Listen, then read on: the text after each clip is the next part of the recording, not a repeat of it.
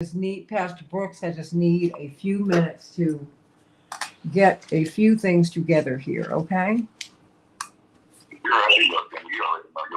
All right. Oh, boy.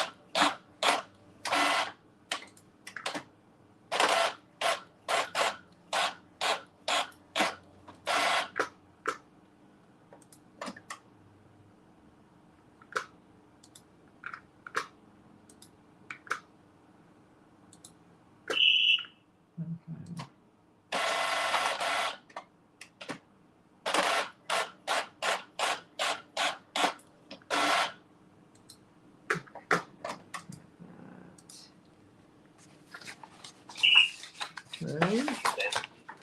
One passions over the last 4 decades have worn something similar. The majority would end up past 10 years. Since the shootings are intended to be spectacles that people will notice. Now, one of the ways you do that is, you dress up like you're pretending you're in the military.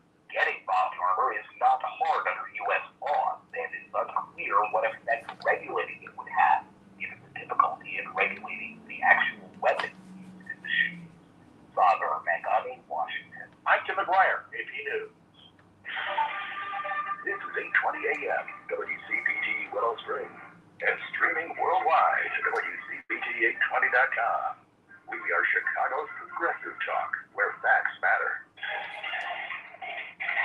Now, your WCPT 820 Chicago traffic update. Here's our Messenger area road work, headed inbound on the Kennedy. The entrance ramp from Madison, along with the exit ramp to both Adams and Jackson Boulevard. Outbound is the Jackson Boulevard entrance. On the Eisenhower outbound of the 290 extension, the exit entrance ramp to eastbound St. Charles is closed. Headed north or south, and better on I-55. Traffic's down to one lane between Lorenzo and North River Road. Crews are doing work on the bridge right over the Kankakee River. Now southbound from Weber Road to I-80. There's resurfacing work. I-57 either way between the Kankakee River Bridge and North Street. Traffic's down to one lane there for road work. Same deal either way between really US 30. That's traffic. I'm Mary the Badger.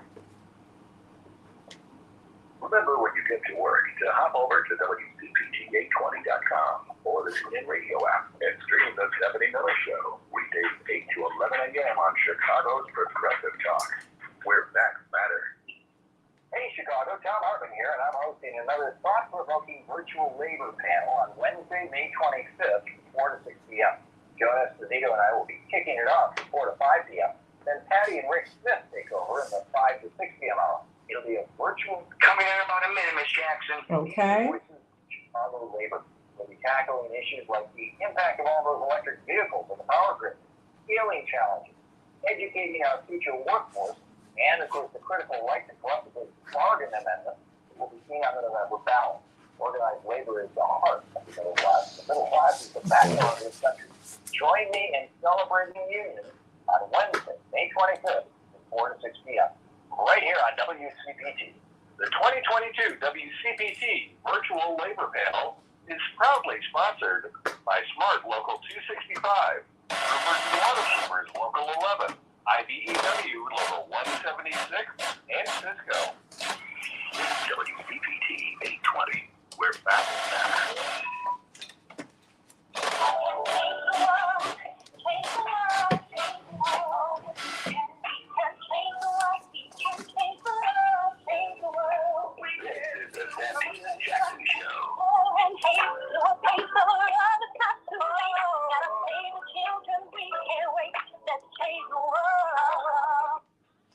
Hey everybody, welcome to the Santita Jackson Show. It's a joy to be with you today on WCPT 820, the nation's largest progressive talk radio station, and AM 950 radio, the voice of progressive Minnesota.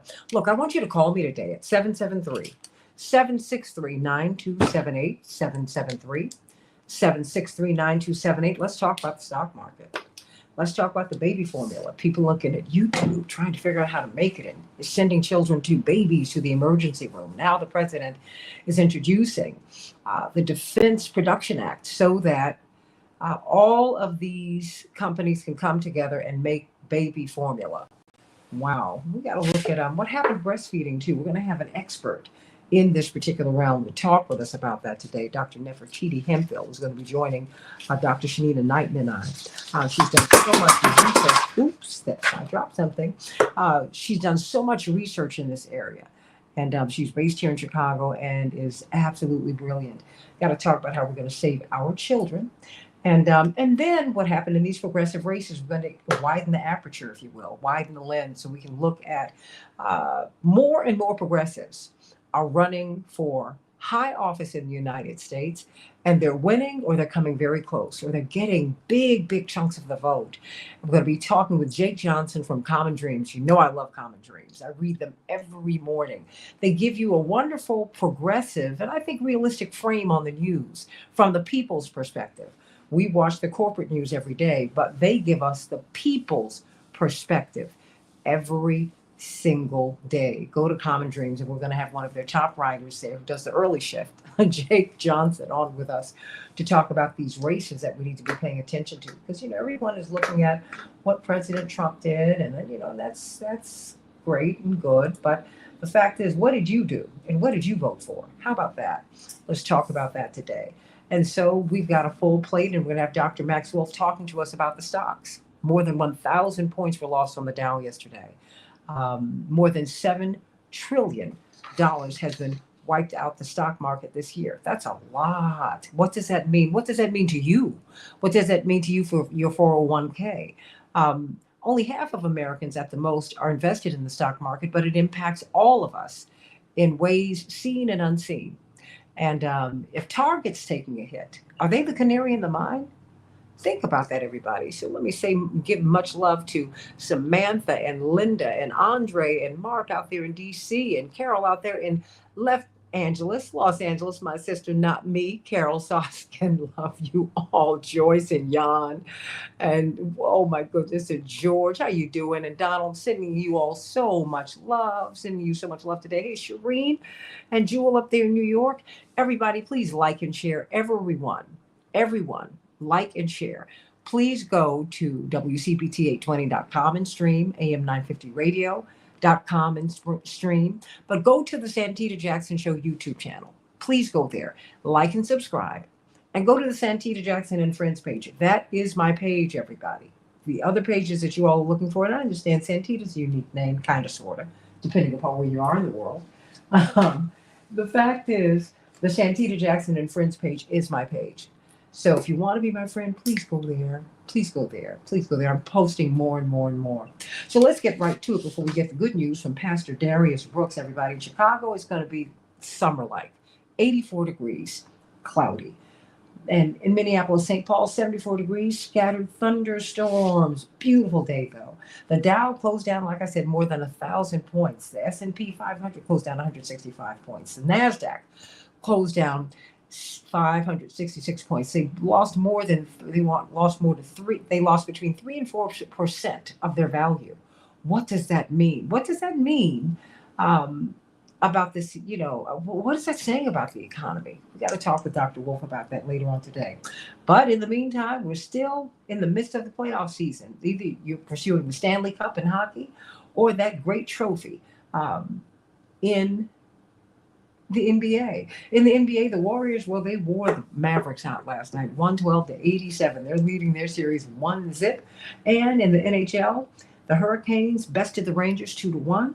The Flames, they bested the Oilers 9-6. And the Lightning will be playing the Panthers tonight, everybody. Call me at 773-763-9278, 773-763-9278. In a show of support for the Ukrainian government, the U.S. has reopened its embassy in Kiev after it closed 3 months ago ahead of the Russian invasion. In a telling slip, everybody, get this. In a telling slip, former President George W. Bush on Wednesday inadvertently condemned, quote, the decision of one man to launch a wholly unjustified and brutal invasion of Iraq, close quote. Yeah, you heard it, as he delivered remarks criticizing Russia's assault on Ukraine. Quote, nothing will erase the memory of war criminal George W. Bush laughing. That is what some people said about his slip of the tongue. Was it Freudian? And he said, oh, I mean Ukraine. That's what he told the audience gathered in. And then he said, Iraq too. Anyway, 75. Wow. Wow. And in one of the worst nuclear disasters in history. In fact, it might have eclipsed, what happened over in Russia some years ago. Of course, Fukushima, after they had the massive earthquake, then the nuclear reactor, as you recall, cracked and started spilling radioactive water, radioactive materials into the Pacific Ocean. And we saw massive die-offs of marine life. Well, guess what? They plan to release the nuclear plant wastewater back into the Pacific. Now, they've been doing it, but now they're about to release massive, massive amounts of this radioactive water into the Pacific. Now, they're saying that it's been cleaned up and all of that, but do you believe that? I do not. I am very uncomfortable with that. What do you think about them releasing this Fukushima radiation tainted water back into the atmosphere, everybody? The U.S. House of Representatives voted 222 to 203 yesterday to pass a bill aimed at preventing domestic terrorism and combating the threat of violent extremism by white supremacists. I wonder who the 203 were who voted against that bill. Let's get to Pastor Darius Brooks of Grace Central. I'm just sending you much love today. Very quickly, you have been feeding people, and you said people in luxury cars, people in fine clothes. People are hungry out here, and now their babies are hungry. Very quickly, before you get into the good news, how can people get to your church and get something to eat? Great Central Church, 102 South Kitchener Street, Westchester, Illinois. It's on the 290 and Manheim. It's the west side. People think it's the suburbs. It's right by Hillside, Maywood, Bellwood. It's right there, right off the 290 and Manheim. Grace Central Church, 10216 South Kitchener Street, Westchester, Illinois. All right, all right. What's the good news, Pastor? Santita, I'm so excited about you and what you're doing. And this word carries me crazy every day to a new level of understanding. Psalms 102 and 2 says, do not hide your face from me. In the day of my distress, incline your ear to me. That day when I call you, answer me quickly. This is Psalms 102, 2. And what he's saying is, Santita, when mommy talk to you, and you getting information from mommy, if you've heard what mommy said before and you trust her, whenever you get stressed, you go back to mommy quickly to get some answers because you know stress is not good. Santita, today's topic is nothing's worth stressing over. Nothing's worth stressing over.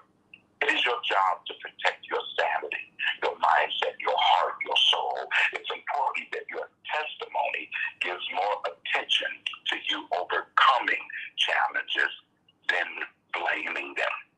Being stressed not only frustrates the soul, but it rips the heart and how one could be living their best life. God's desire is that we experience a oneness with Him and how to be in harmony, dealing with the cares of this world. How we share with us, how He shares with us how to do this.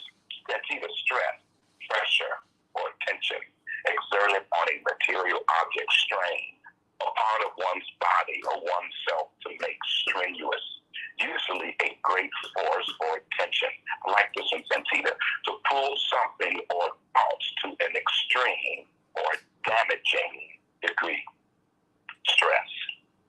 I share a lot. You get what you inspect, not what you expect. And one should always be realistic about their expectations. Once you discover what God intended real fellowship to be, it's easy to become discouraged by what's not a healthy fellowship or a healthy relationship. We must nations in the world, and that we long for the ideal, real evidence of maturity. Often those who claim to be believers never really read or study what they say they believe. When you want the character that God feels, it's a slow process. Whenever we try to avoid or escape it, the challenges and difficulties of life, we short circuit the process and actually end up with the worst kind of pain, denial, or avoidance. Santita, this right here blew me up. Experience cannot be accelerated. When you grasp the eternal consequences of your character development, when you begin to see the hand of God in and through His Word on your life, on the pointless circumstances of life, don't give up, grow up. And if you're facing trouble now, don't ask why.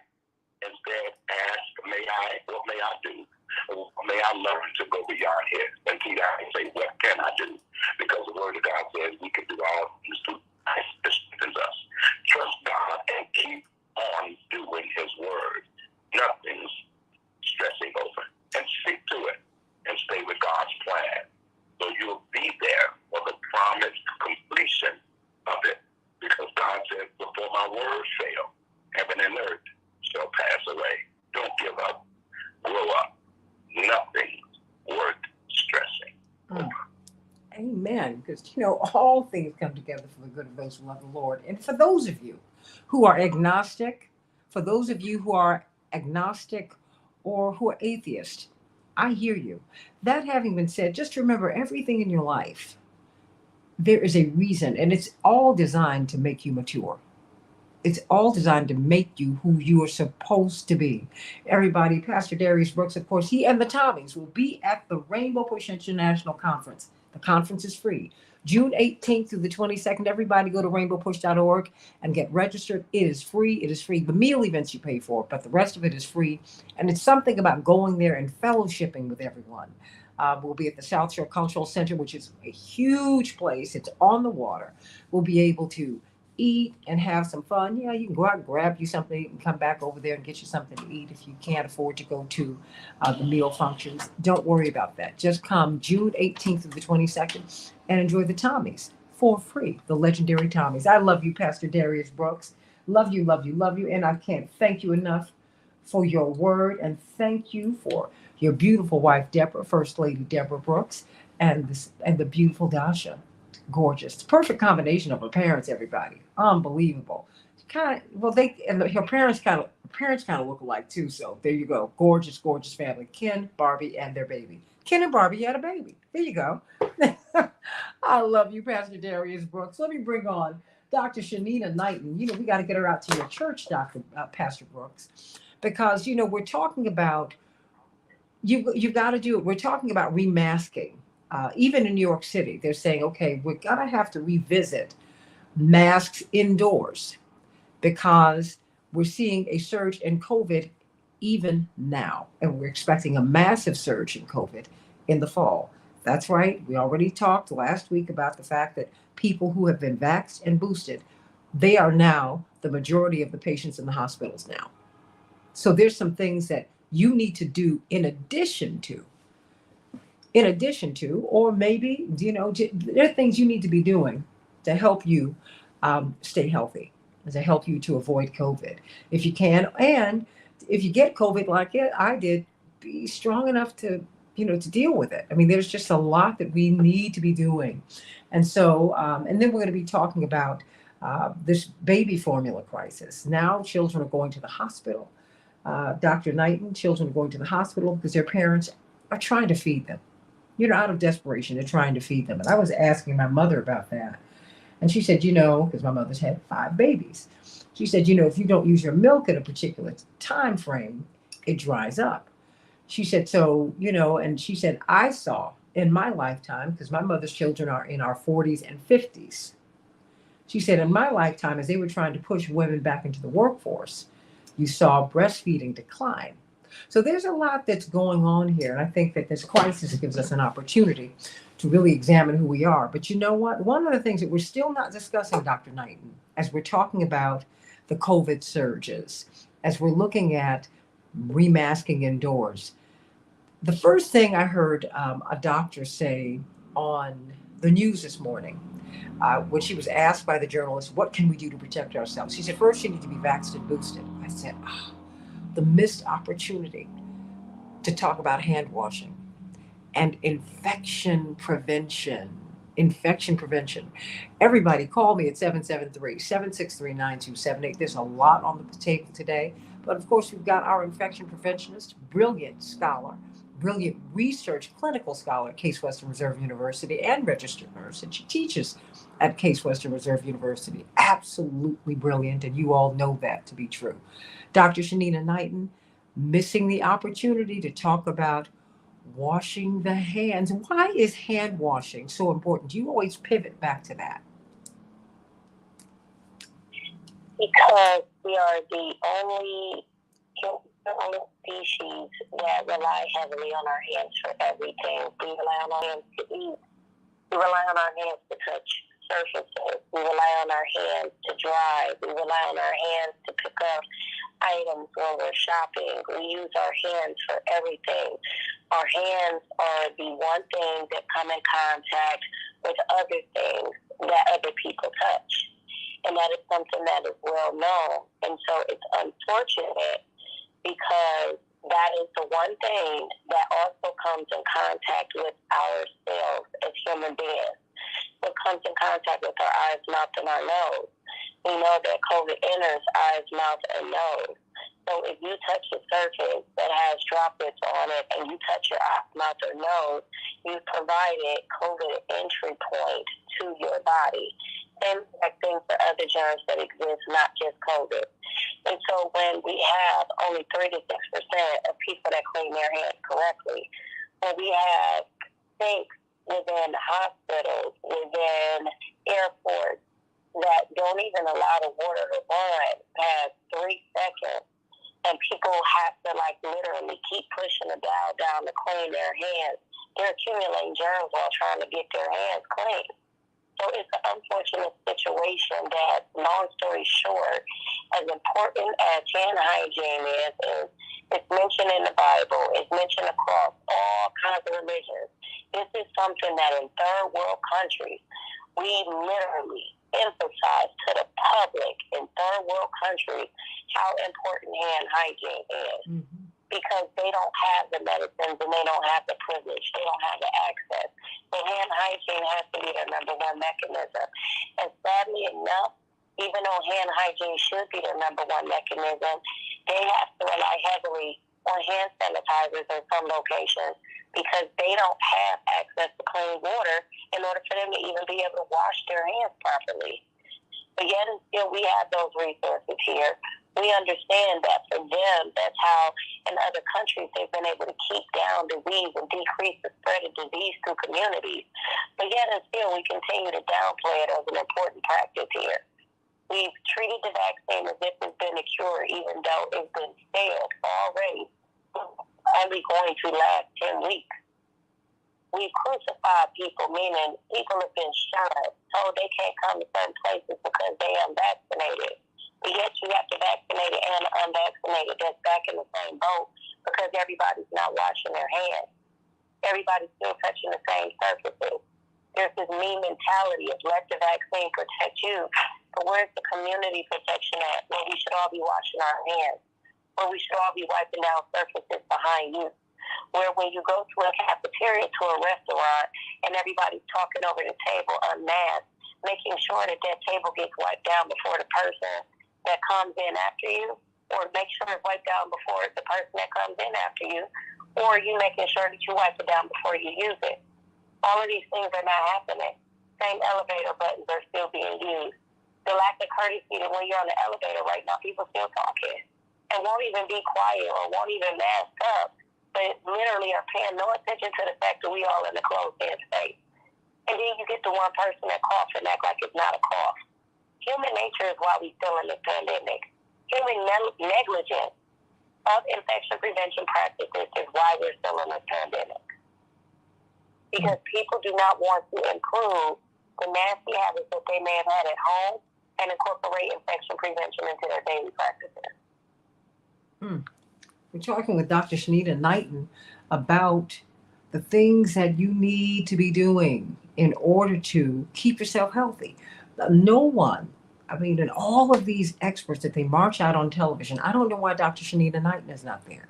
I don't know why they don't have infection preventionists there. I don't know why they're not talking about hand washing. Let me tell you something. If you look at the Olympic coverage, every Olympiad, Dr. Knighton, you would think that it's just nothing but love out here in the world for each other. They emphasize cooperation amongst nations, amongst people in the nations. Just we're all brothers and sisters. It's one planet. So if the establishment wanted to push that narrative, they could and they do. If the establishment wanted to let you know just what you need to do to prevent infection, because we have been sold, this narrative that once you're vaxxed and boosted, you're okay. No, and even you're not, because you can still get it. You can still get reinfected and on and on and on. There are other things in addition to, or if you choose not to get vaxxed, okay. But there are things there's a baseline of behavior, a baseline of things that we need to be doing that we're not doing, starting with hand washing. And yes, in the global South, hand washing is just it is basic, because many people eat communally. They don't get individual plates. That's what we do in the selfish West. Other cultures share plates, so people have to be clean when they come to the table or wherever it is that they have put the food, Dr. Knighton.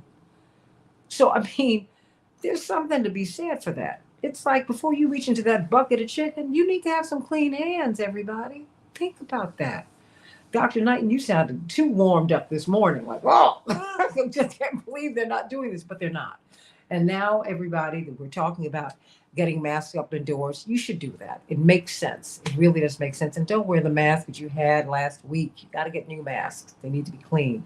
So, everybody, call us at 773-763-9278, 773-763-9278. Let's talk about this baby formula crisis with Dr. Nefertiti Hemphill. She's a researcher based here in Chicago, highly skilled. And she's going to talk to us about what we need to be doing, because now we have our children who are going into the hospital because their parents, out of desperation, trying to feed them. They're trying to feed their kids, but they're making formulae that don't work. So we need to talk about that. We need to talk about that, and just the things that we need to be doing to protect our children and ourselves. As the president is now pushing the industry to really to feed our children, to take care of them. So let's talk about it on the Santita Jackson Show. And then, of course, the stock market. What happened? What happened, everybody? More of the Santita Jackson Show in just a minute. Dr. Knighton. Good morning. Good morning. Girl, I love your voice. How are you doing? I'm doing good. Okay, good, girl. I am in campaign mode, okay? Oh, boy. We got a lot of stuff going on. Right now. Oh, boy. So, anyway, but it's all good. All good. But I'm going to have this Dr. Hemphill on, and I think you're going to enjoy her. Yep. And so there we go. Oh, okay. Just give me 1 minute, Shanina. Just give me a minute. I'm trying to pull all these pieces together. Sending Dr. Hemphill through, and is your pro coming out with us right Yes. after the break, or before No. we go to break? Right now. Right now, I'll call her next. Okay. Thank you, sweetie. Good morning. Dr. Hemphill? Yes. Hey, I want you to meet Dr. Shanina Knighton. She's an infection preventionist. All of you all know what you all do in these spaces. And she is absolutely brilliant. She's with us every morning. And we've been talking about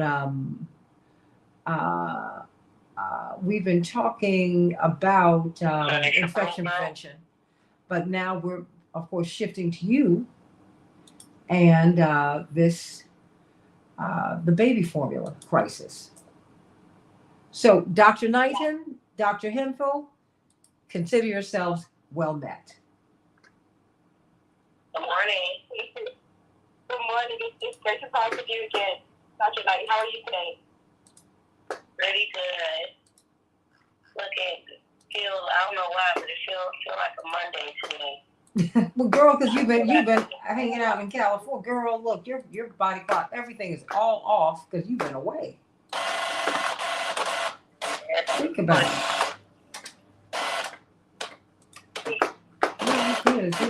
You've got a lot going on, huh? And I don't know what it is. Those California trips, boy, they just, and then you're coming from the East Coast. That 3 hours. When I lived in New York and when I lived in DC, going to California, I loved it. But boy, 9 o'clock in California was midnight on me, and it was, oh my gosh. Back in 60, everyone. It was like, you got to be kidding me. I would literally be falling asleep standing up. Oh, yeah. I was at an event with a friend of mine, and he and I fell asleep leaning on each other, looking crazy. So here we are.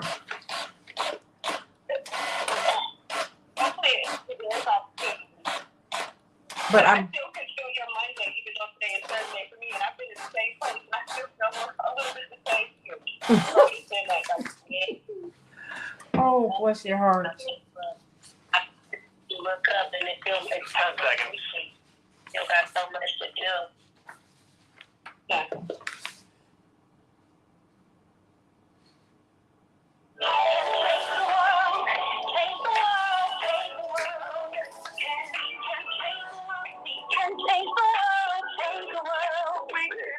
Santita Jackson Show.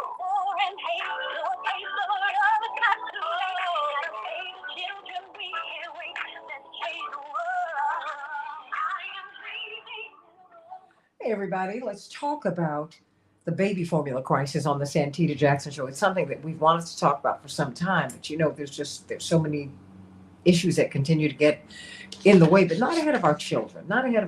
What has happened? Four companies really have an iron grip in the United States on formulas. Four companies. And because one of these companies had a bacterial issue and they had to shut down, something like a domino effect happened. And now we have a baby formula shortage. Now, four companies, Abbott Nutrition, Reckitt Benckiser, Nestle, and Perrigo, control nearly 90% of the U.S. baby formula market. Now, that cannot be an accident. It's called a monopoly, and that is the danger of a monopoly. When you have four companies that control 90% of a market, and particularly something that is so fundamental to life and living as baby formula. This is what mothers need, particularly since we still have not figured out how to help mothers mother. We don't give mothers who want to nurse the space and the time to nurse their children. We don't do that. We heard Dr. Shanina Knighton, you talked to us about nursing your children and how the milk would be flowing from your bosom while you were at work. There's no space, Dr. Knighton. So as we bring on our special guest today, a nutritionist, a brilliant researcher, Dr. Nefertiti, I love your name, Hemphill, based here in Chicago. This crisis, this shortage of baby formula is something that the president is now addressing. There's a 1950 law, the Defense Production Act, that he is enacting so that he can spread the production of infant formula and authorizing flights to import the supply from overseas. And so he is also imploring these formula manufacturers to really put aside competition, wink, nod, and develop this formula. Let's do this. Don't behave with the formula like y'all behave with the vaccines, and don't share it with anybody, because these children are suffering. There's an ER doctor I was reading in the Insider that says he's treating infants at risk for life-threatening seizures as they consume diluted baby formula, and he's urging parents not to take a risk with homemade versions. But what are they supposed to do? Before we go to Dr. Hemphill, Dr. Knighton, what are you supposed to do? These parents are trying. I've seen parents crying on television. They're driving from state to state. They're looking for formula so they can feed their babies. Dr. Knighton. So it's a touchy topic because I'm not in that seat right now. Sure. But someone that has family members that do have small children, you are starting to see some women that if their baby is within like those first, I would say, 3 months of life, like you started to see them reach out to, their doctors and lactation consultants about reopening up their ducts and trying to do that out of desperation. You've seen milk banks be utilized a lot more. You're starting to see people think about alternatives, meaning like there are other milks out there besides those brands that are highly emphasized. You also have it to where individuals that, let's say, are utilizing WIC, they would typically be going around to stores to be able to collect WIC, but the distribution channels are not there. And so a lot of people may not know this, but you can call WIC and have them send the formula directly to your home. Mm. And it doesn't matter where you live.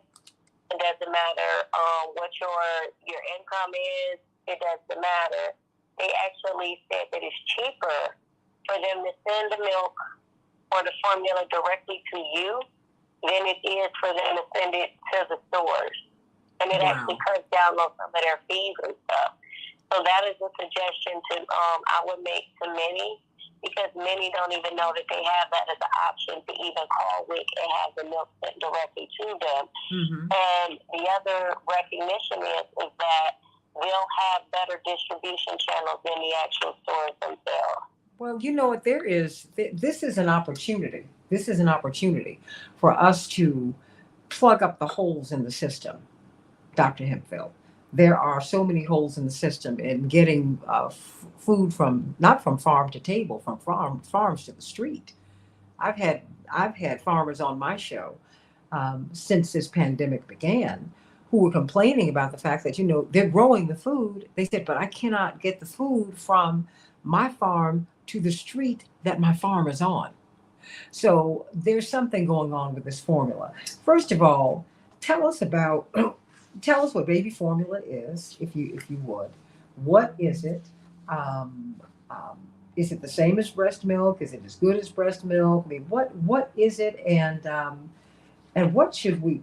How should we handle ourselves in this shortage? Do you see parents who are diluting the baby formula, trying to stretch it out, and that's not working. It's making our children sick. What is baby formula, and why are we being cautioned not to stretch it out? Those are great questions, Santita. And I really want to jump in because it's a really important point that we not do further harm to baby.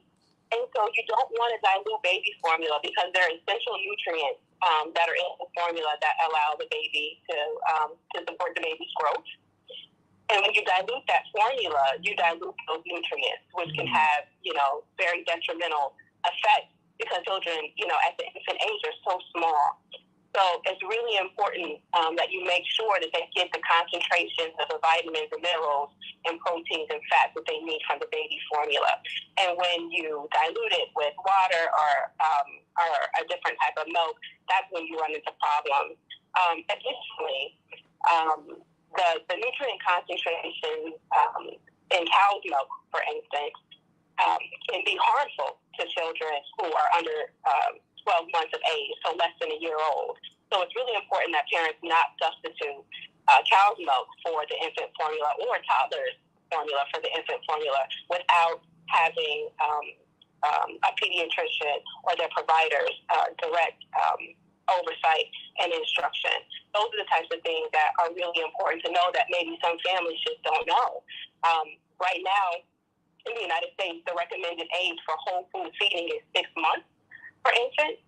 So, one of the things that is really being encouraged is to start to do that introduction of home food to help offset the absence of milk and also to be able to enrich the diet.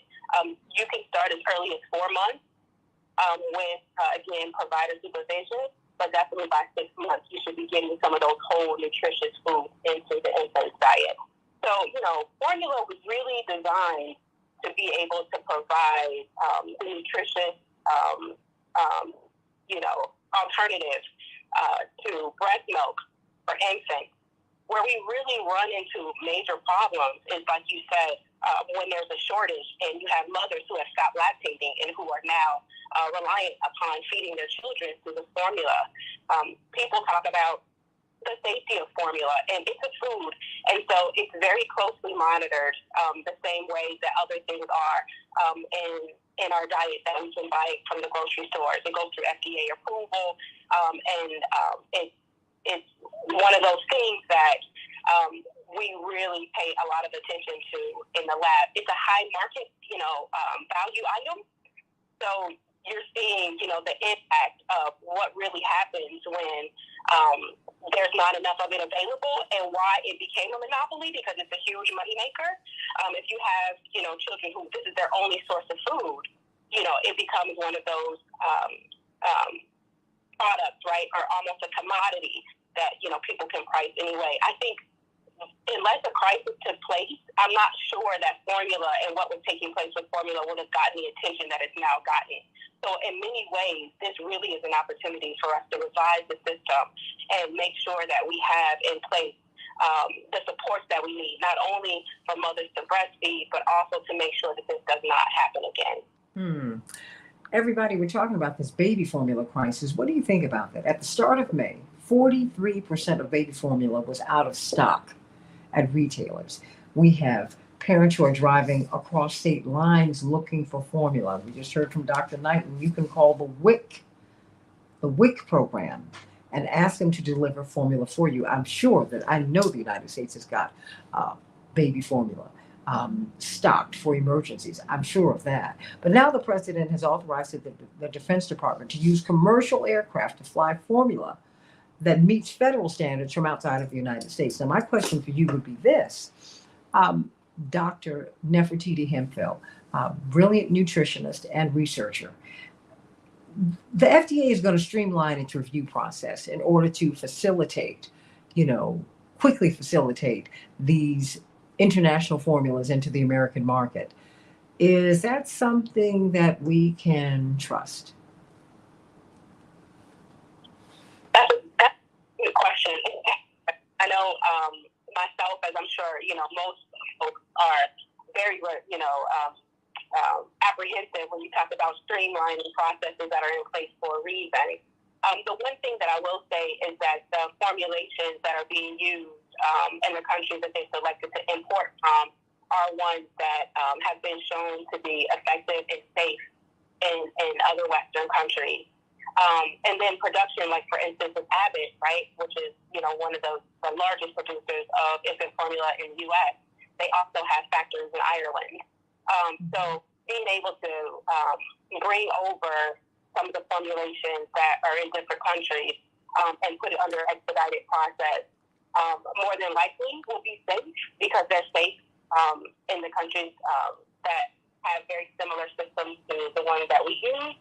However, to your point about availability, it's very likely in the United States that depending on where you source it, whether you call WIC, you can also, here in Illinois, you can call the Department of Human Services. They also have a line where they will take down your information, find out your WIC or your SNAP status, and work with you to get you infant formula as quickly as possible. So there are some, alternatives that are in place that are in country to be able to move as quickly as possible to get families what they need. But in the meantime, while the FDA, does a higher level of oversight to expedite the process, I think they, we can rest assured that the infant formulas that will be sourced internationally will be safe for use. You know, in the WIC program, people who are in the WIC program are limited in terms of the kinds of baby formula that they can purchase. Why is that? And should those restrictions? I mean, why is that? I mean, are different formulations stronger than others? You know, more healthful? I mean, why would they limit mothers from the kind of formulations that they can get? That's a great question. And it really has to do with cost. Like anything, right? You have brand name versus non-brand name. So, for instance, the Peripheral nutrient, that particular company produces the majority of the off-brand, or we should say store-brand versions of the infant formula. So Target, Walmart type. So because of that, because the U.S. government is a major contractor with the infant formula companies, right? I believe WIC and the WIC program has 50% of the contract. It is very expensive, and so as a result, they limit the mothers in the program to be able to buy only certain types of brands at certain types of sizes. To offset this during the crisis, what the USDA has done is provide waivers to all of the states, 3 different waivers, to make sure that no matter what formula is available, the mothers are able to actually access it. So now there are no restrictions in the size of the formula container that the mother can purchase. There are no longer restrictions in the brands for what the mother can purchase, and there are no longer restrictions in the formulation for what the mother can purchase. So there are different formulations of formula. So you have powdered formulas, you have liquid formulas, and then you have like ready-to-eat items as well, formulations. So those, depending on the type of formulation you choose, right, it has a different price point. And so the U.S. government, to cut costs for the WIC program, set up a very tight guideline on what it is that mothers could use. But to, Dr. Knighton's point, previously when we talked about this, there are, children that tolerate some formulas better than others. So there's a process that parents go through where you decide, and try to figure out which formula works best for your child.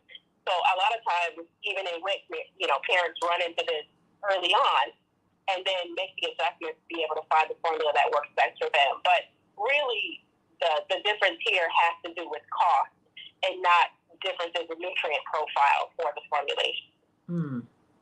I want to talk with you all about this. Call me at 773-763-9278, 773-763-9278, because I want to know, I want to know this, and I'm going to ask you this, Dr. Hemphill, and then you, Dr. Knighton. I don't have any children. I've never given birth, but you all have. And I know a lot of folks who have, of course. That's how we all got here, right? My question is, what is better? Is formula better? Breast milk better? Are we encouraging people to breastfeed or discouraging women to breastfeed? I mean, talk to me about that. Because it just seemed, Bette Midler got into a lot of hot water because she just said, try breastfeeding. And people said, oh my gosh, they raised all kind of Cain. But I said, okay, what is the pushback on breastfeeding? Culturally, Black women, we were always considered to be less than and savage-like for breastfeeding because ladies didn't do that. And yet we were always the wet nurses for white children. Because their children were going to get their nutrients, even if our children got kicked in the back. So I want to know, what's breastfeeding? Is that encouraged, discouraged? I mean, should it be encouraged more? I mean, are we kind of at that pivot point, Dr. Hemphill, and then you, Dr. Knighton? That is a huge issue. I feel like in the United States, when we're talking about maternal and child health and pregnancy and postpartum. So my take on it is that breast is best. If you can breastfeed, you should breastfeed. Breastfeeding is very, it's not an easy thing to do. It comes with a lot of challenges. And so I think in some ways there's an oversimplification of breastfeeding that tends to surprise people who are first encountering the process, even outside of some of the logistics that you have to manage, in day-to-day life once the baby has arrived. And so some of those challenges that women encounter are really discouraging. And when there's an alternative like infant formula, a lot of times providers will recommend that people do that. Like, won't you just formula feed? And then the mother may also feel like, well, this is just an easier option. But in the United States, to your point, we do not support breastfeeding mothers the way that we ought to support breastfeeding mothers. We don't provide them the type of time in the work environment to pump.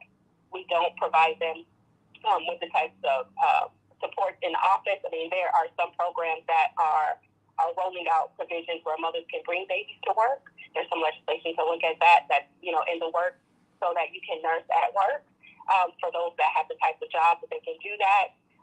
Being able to make sure there's enough lactation specialists and those lactation specialists being culturally appropriate to be able to support the mothers when they run into challenges. So there are some things that are definitely happening, and there are a lot of community-based organizations that are working hard in this area, but they get very little opportunity to talk about the issue and very little visibility in terms of mainstream. So it's something that we have to do a better job of in the United States and encouraging mothers and helping them to know that this is something that they can do, even if they encounter challenges, which are actually very common.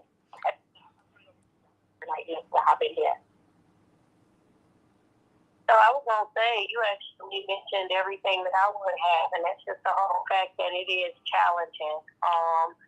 From the standpoint that I will tell you, as a mom that breastfed all three of mine, it's not easy. And it's not something that I was going to say, it's not easy. And at times it can be painful. It's a process to it. It's definitely a giving of yourself for sure. It's in between feedings. It is the uncomfortableness, sometimes of like literally when your baby cries, you're leaking, so that maternal instinct that kicks in. And so I think that there's multiple factors that goes into it. When I look at the fact of is one better than the other, there are a numerous amount of studies that do show that breastfeeding is better, and some of that comes down to a lot of the ingredients that may come up in the formula. Some kids have allergies to things. They've done studies and show that kids that utilize certain formulas, like dairy-made formulas, versus those that are not, at times have an increased risk of allergies later on in life. So there are advantages, I would say, to breastfeeding over using formula. It's just the fact that we know that that's not necessarily feasible or possible for every single mom. And so I'm happy that those alternatives exist for that very reason, just because we know that it may not necessarily be possible for all. You know what? I'm sorry, Dr. Knighton. Please continue. Oh, I was just going to hop in here. Yeah, I was just going to say, additionally, there are children who have certain metabolic diseases or dispositions whereby they have to have special formulations of formula, and those ones actually are the ones that we're really the most concerned about during this formula shortage, because they can't consume the regular infant type of formulas. So those are the ones where, the alternatives are just really so impactful. And that's where, even for some of those children, being able to modify some of the human milk supply is really a big deal. But to your point, it's really important for moms to know that there are challenges. And so I think sometimes it surprises people when they start to breastfeed, when they encounter things and they think this is not normal. One of the major points of realization that some moms come to is that for the letdown, when the milk actually leaves the breast, some people experience a euphoric experience, and they feel good. It's like a high as they're nursing their children. For other women, they may feel actually depressed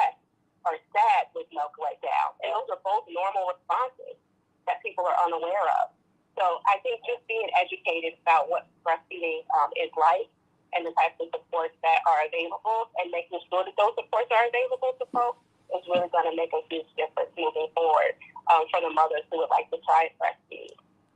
Well, oh, yeah. That really quick, I was even thinking about the fact I've seen people with inverted nipples.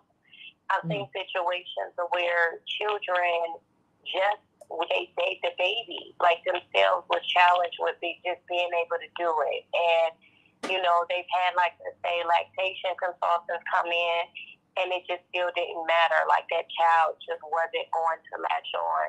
And that's devastating for a mom that may have actually planned on that being the way that they wanted to feed their child. So it's so many different factors that goes into that.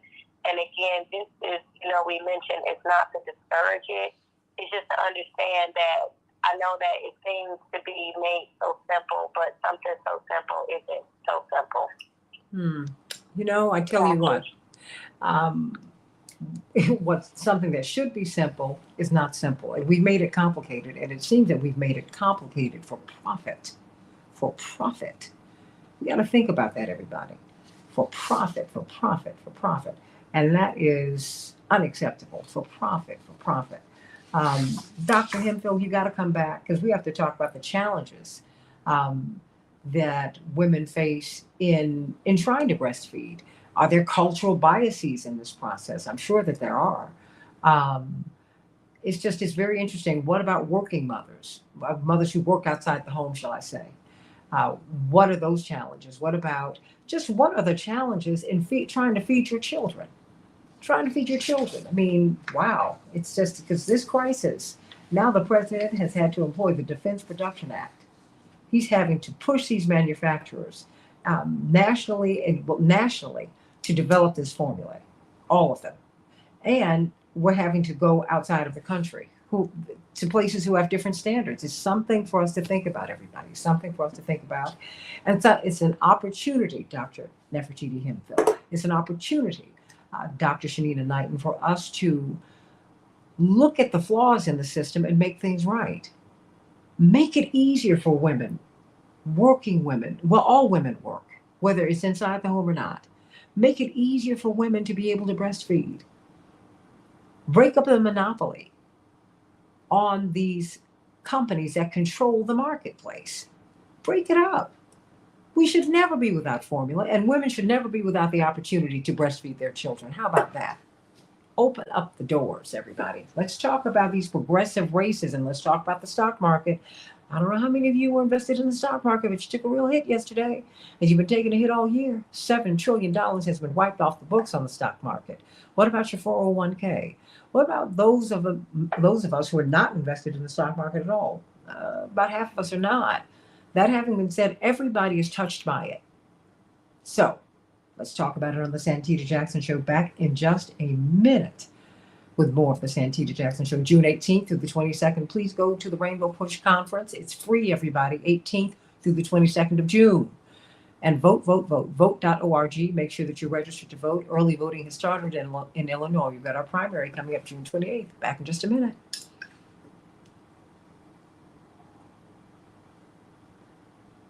Lovely ladies, how you doing? Ooh. Yeah. Woo. Thank you all so much. Whoa. Didn't want to overtalk, but you all. Oh, okay. I couldn't hear you. Oh, no. I was going to say, thank you for having the conversation. You didn't overtalk us at all. I think it's an important conversation to have, and I'm so happy that you are taking the time to bring it up and bring it to the attention, of the public. So thank you. Oh, girl, you got to be kidding me. Of course I'm going to do this. You kidding? What? Yes, I've got to do that. Me. What do we have if we have starving children? We don't have anything. Right. We can't do that. And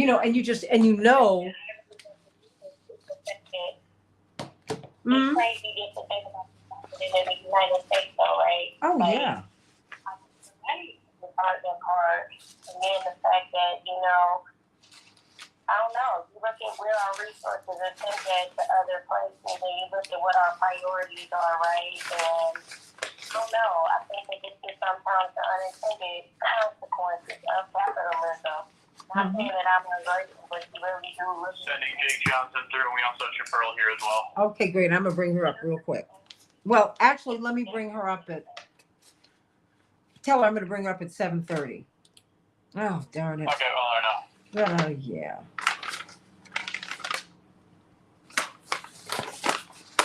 Okay, do we have Mr. Johnson on? Okay, ladies, I'm gonna have to let you all go.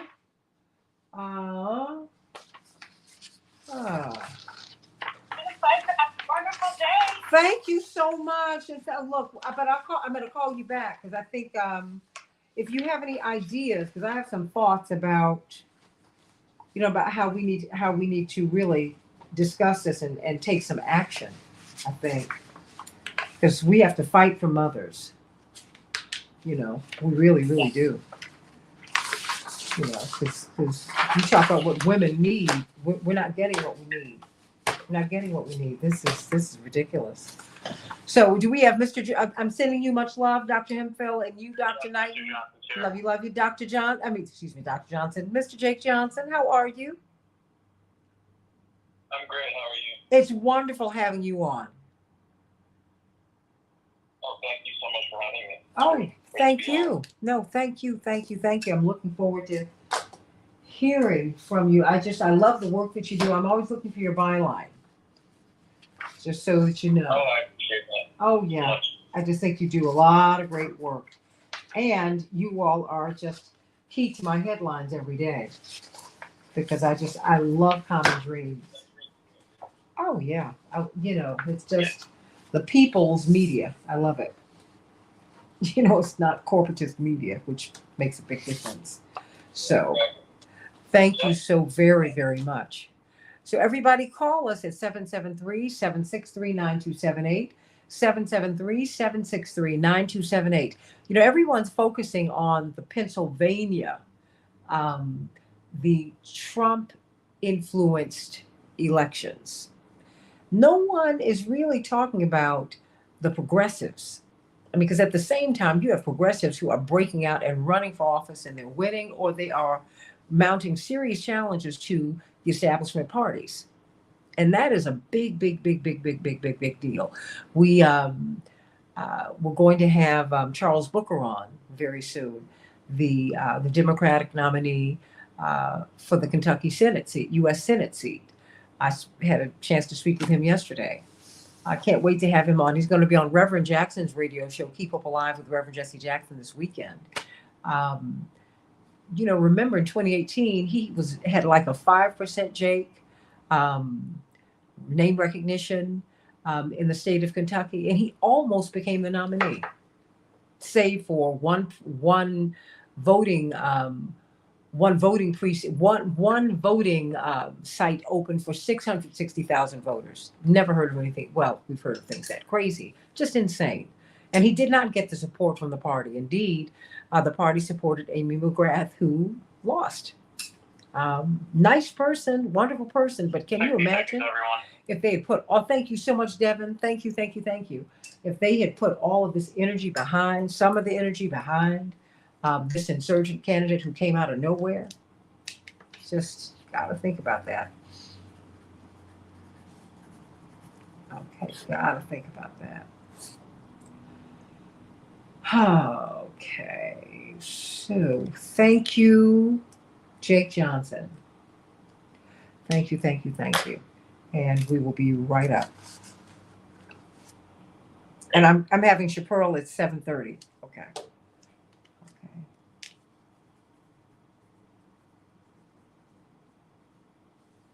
10 seconds, everyone.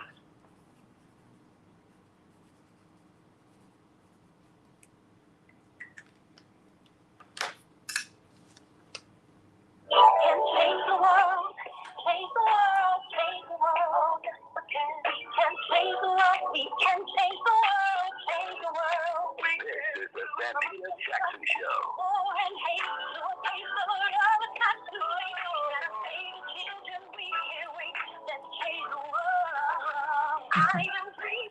Hey, everybody. Welcome to the Santita Jackson Show. It's Thursday, May 19th, 2022. Let's talk about these progressive races. We're in the heart of the midterm 2022 election cycle.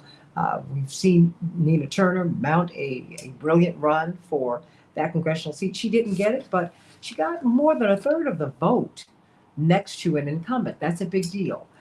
We have got Charles Booker, who is the nominee for the Democratic Party in Kentucky, an unrepentant populist, and on and on and on. And whether they are seizing these nominations or these seats or not, these progressives are mounting serious challenges to the establishment, and they are winning by their presence. They are winning in the elections, in fact. We're going to talk with Jake Johnson. Jake Johnson of Common Dreams. You know how much I love Common Dreams. They populate my headlines. In fact, the most stunning headlines I get come from Common Dreams because they have our dreams in common and they project them. We're going to be talking about that today. Join us at the Rainbow Push Conference, June 18th through the 22nd. It's free, everybody. It's at the South Shore Cultural Center. Free, free, free, free, free. You only have to pay for the meal programs, but it's just going to be great. Just fellowshipping with everyone and talking about these issues and so many others. You want to be at the Rainbow Push Conference, June 18th through the 22nd. Let me thank Mike Mercado and Devin Andrakis for getting me up today. Sending you much love, Matt, Melissa. My engineers, they are the best in the world, everybody. And then we're going to be talking about the stock market with Dr. Max Wolf, the brilliant economist. What happened? What happened? We've lost $7 trillion in value over the past year. That's a whole lot. We're not even halfway through the year yet. What does that mean? Let's talk about it. Let me get to these headlines, everybody. In Chicago, we're going to have a high of 84 degrees, cloudy. It is really, really foggy and hazy out there, so you know the hot weather is coming. Minneapolis, St. Paul, 74 degrees. It will be thunderstorms up there today. The Dow closed down more than 1,000 points yesterday. It's been doing that a lot lately. The NASDAQ closed down 566 points. S&P 500 closed down 165 points. In the NBA playoffs, the Warriors, 112. The Mavericks, 87. In the Stanley Cup, in the pursuit of the Stanley Cup in hockey, the Rangers fell to the Hurricanes. The Hurricanes 2, the Rangers 1.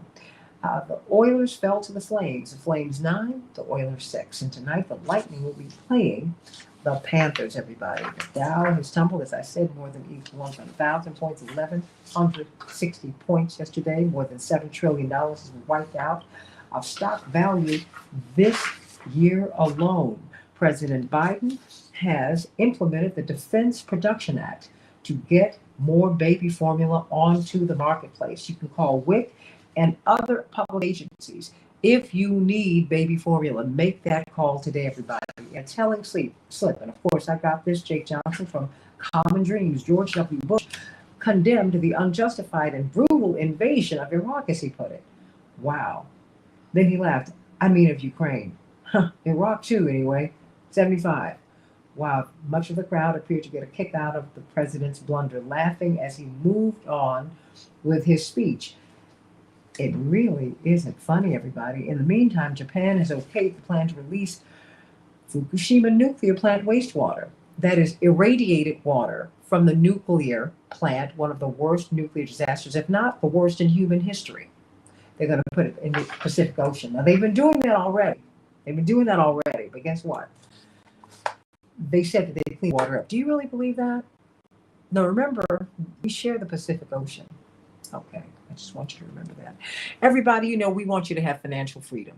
I want you to call David Hochberg and his team at 855-56-DAVID, 855-56-DAVID, so that you can get financial freedom. Many of you don't have credit. You need to build your credit. You need to rebuild your credit. You've got huge credit card debt. You're trying to refinance your home. You need to purchase a home. You want to purchase a home. On and on and on. What about reverse mortgages? You want a VA loan. I mean, there's so much that that you need. And you might not think that you have access to this capital, but you do. You really, really do. And even if you've been turned down by other lenders, call David Hochberg and his team. They can work it out for you. 855-56-DAVID. Think about Miss Sharon, 72, retired, living on her pension in a $300,000 home. Now you say she shouldn't have problems, but she did. Living on her pensions just wasn't cutting it. You know these pensions don't. They're not enough money to cover your living expenses, Social Security, and all of that. Although that's what it was designed to do. So she called an online lender for help. That did not work. They would not help her. She got the runaround for 3 months, and then she called Team Hochberg. And guess what?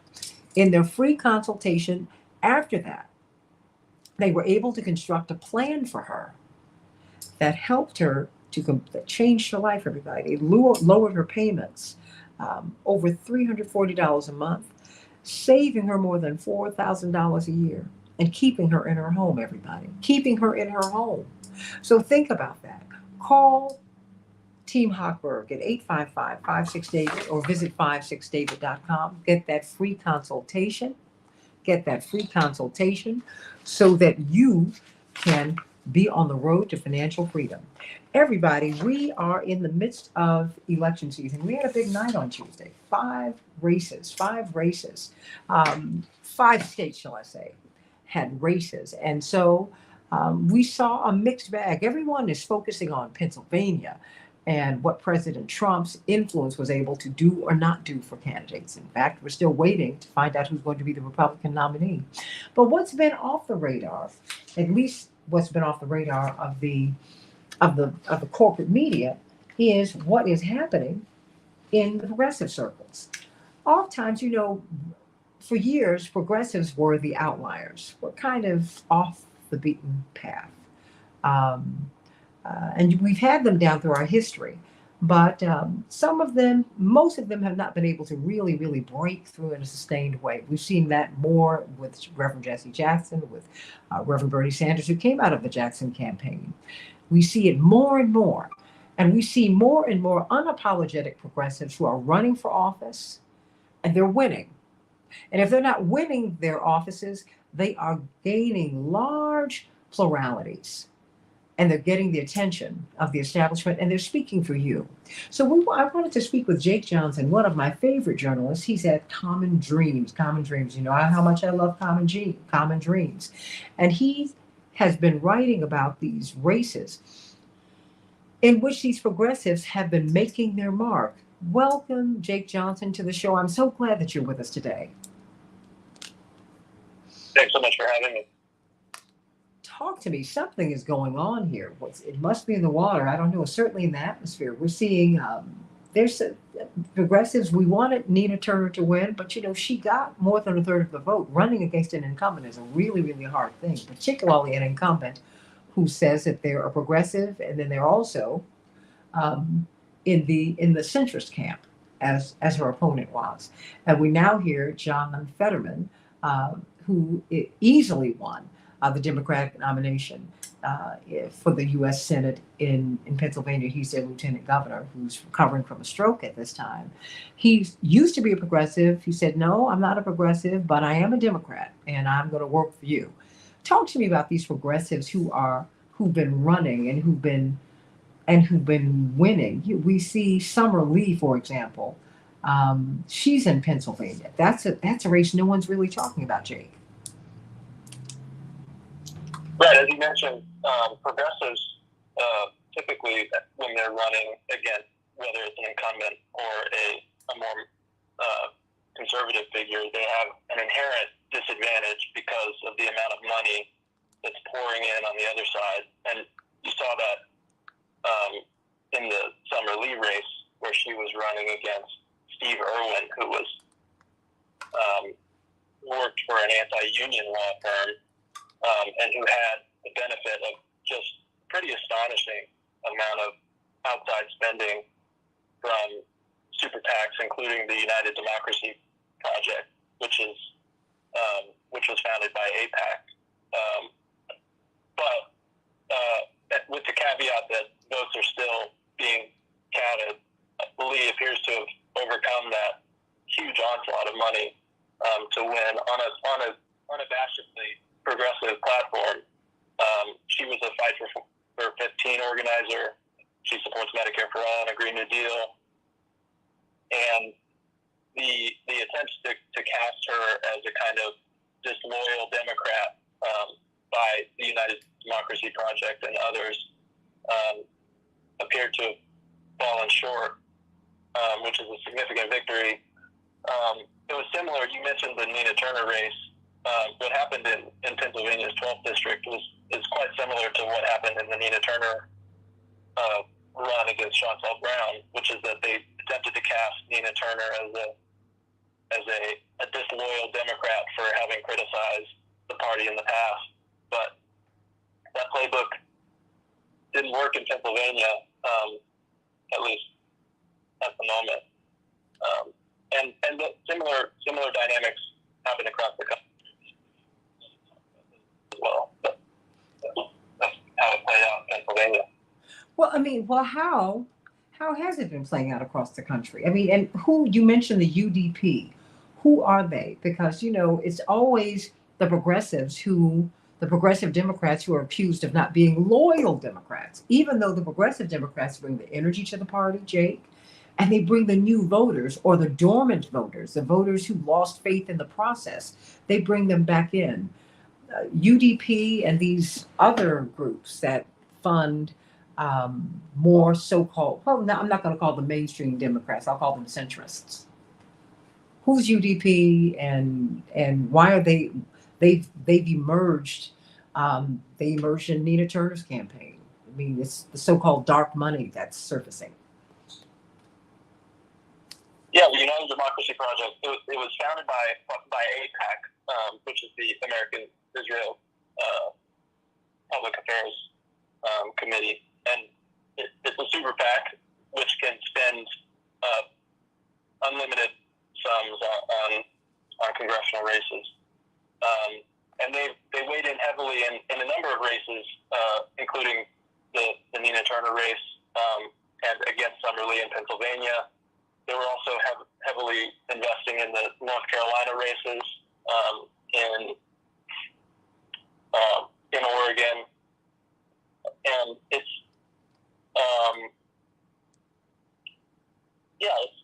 interestingly, you mentioned the term mainstream Democrat. There's also a PAC, a super PAC called Mainstream Democrats, which invested heavily against progressives in Oregon as well as in other states.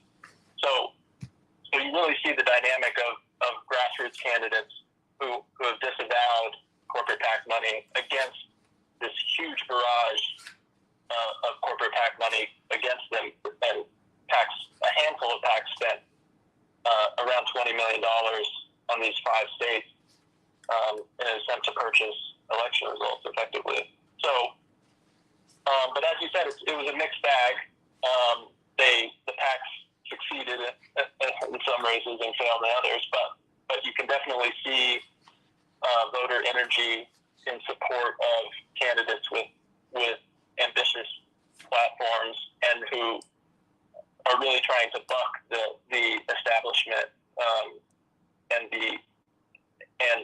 PAC money in general, and trying to, as you say, galvanize the party and move it in a more progressive ideological direction and kind of shift the balance in Congress. We're talking with Jake Johnson of Common Dreams, the news outlet that I borrow heavily from for my headlines every single day. Call us at 773-763-9278. 773-763-9278. Did you know, I mean, and let me ask you this, Jake. As we watch more, is it my imagination, or are more and more progressives boldly coming to the fore and running for office? It seems to me that they have a much bigger footprint than they've had before. We're going to get Jake back. His call just dropped. But do you think, is it my imagination, everybody? Or do you see more and more progressives who are running and who are making a bigger impression? And it's a funny thing. It reminds me, I've got all these stories and I'm starting to write them down. In 1988, Jake, when Reverend Jackson was running, the night that they were counting down the votes at the convention, you kind of, you feel the weight of the campaign on you, right? And so as they were counting the votes, it was very clear. You knew he wasn't going to get the nomination, but you saw it happening. And you become very emotional. It surprised me, and it surprises a lot of people. And I remember as they were closing down on the vote, I remember him getting up and saying, because he was going to go lie down in the bedroom. And he said, they won't give it to me, but they won't deny my children. And he wasn't just looking at, I'm his daughter. He wasn't just looking at us, but there were a lot of young people in the room. And he turned and said that to everybody there. He said, they'll deny me, but because of this work, they won't deny you. Oh, I had to leave the room and cry. Because I saw how hard he ran and how brilliantly he ran. But that's what we're beginning to see. We're beginning to see these people break on out and unabashedly push for Medicare for all. They want a balanced Middle East policy, and it just keeps on going. And you see Bernie Sanders, who came out of the Jackson campaign, who's railing against not just the UDP, but all people, all of these groups that are trying to buy elections and steer our policies in one direction as opposed to another, as opposed to something more balanced. Are we now, is it my imagination? I was asking you before you left, before the phone dropped. Are more progressives running? Is that what's happening? It seems to me that they have a bigger footprint than I've seen in modern politics. Well, there certainly is a growing movement in an effort to challenge incumbents in Congress. You've seen that with Justice Democrats, which is a kind of organized effort to recruit viable progressive candidates to take on incumbents. And that youth energy that you mentioned was present in the Lee race, the youth-led Sunrise movement, the climate group, helped with Lee's field operation in the 12th district. So it could be, but that there are more progressives running. But it's also that they have more. It's definitely a more organized operation, and candidates are really starting to build their grassroots campaigns in states across the country, and it's definitely having an impact. It's an uphill battle, as I mentioned, with the amount of money and institutional opposition from the Democratic Party itself in many cases, as well as corporate money aligned against them. But the race is Tuesday, and we'll potentially see next week with Jessica Cisneros' race against Henry Cuellar in Texas. The young, energetic, progressive candidates are certainly making gains against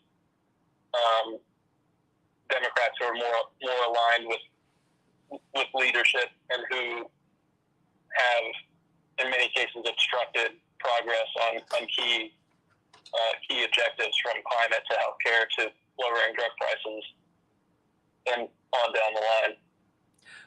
Let me ask you this. Do you think John Fetterman, the lieutenant governor of the state of Pennsylvania, who's been a progressive, who's kind of pulled back on that, but he still has certainly progressive leanings, although he says I'm more mainstream when it comes to my approach to the Middle East policy and things like that. But he's someone who's been embraced by working people, progressives, on and on and on. He says we have to flip this seat. Do you think that he has what it takes to flip the seat? He won the Democratic nomination by an overwhelming margin, even though people haven't seen him over the past few days, because they understand that he's been ill, but he's getting better according to reports, and we're glad about that. Will he be? Do you think he has enough to flip this seat against? Because he'll be facing a former President Trump's going to get involved in the race, whether Dr. Oz makes it or not. What do you think? What do you foresee for Pennsylvania? Well, one of the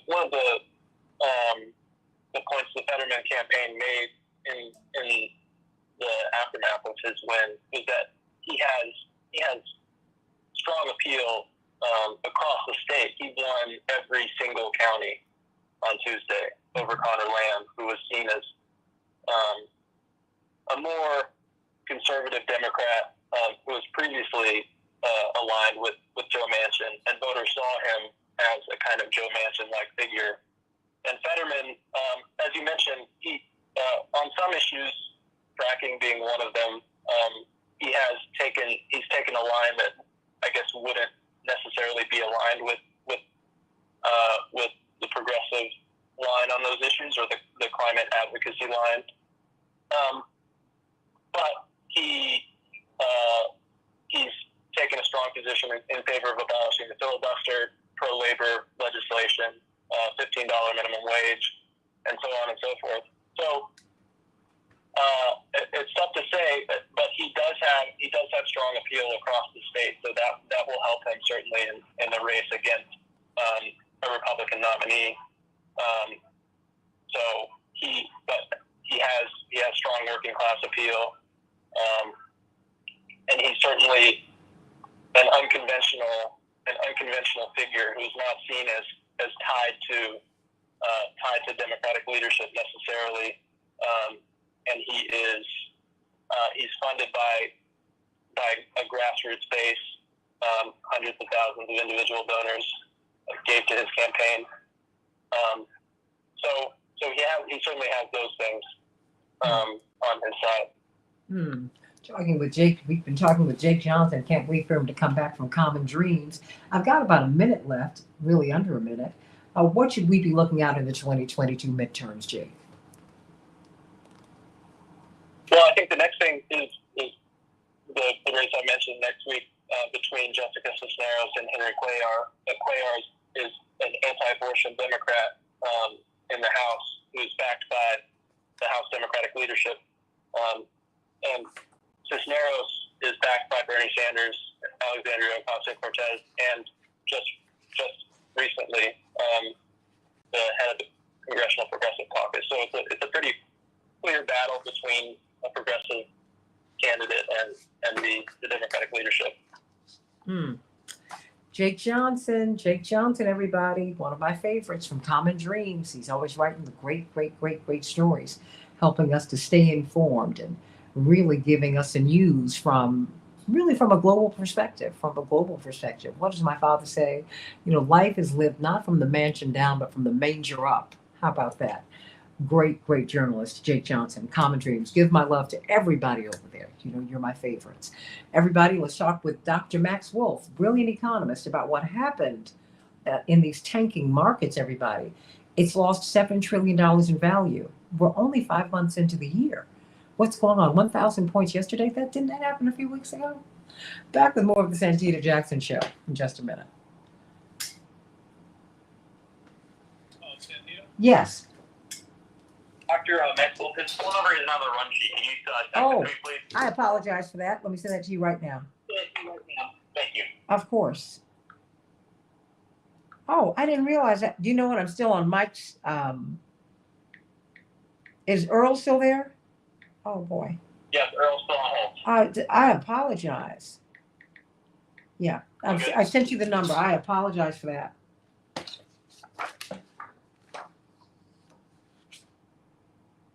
Thank you, Santita. Oh, of course. No, thank you. Thanks, Earl. Okay. Oh, Chaparral? Oh, please forgive me. I just got a little turned around today. Oh, no, it's no worry. Okay, please forgive me. I'm going to bring you in real quick. And I gotta do this. Okay, that's it. Let me do that. And we're going to talk about that. Okay, sorry. Okay, so I got that. Okay. Sorry, baby. I'm looking at all little stuff. Bob's got to come back over here today. Sending Dr. Maxwell through. Thank you. Okay, Dr. Wolf, Good morning. how are you? Okay, how are you? I'm doing great. Doing great. Okay. All right, so we got that. Start just moving the papers out of the way. Things that we have done. Okay.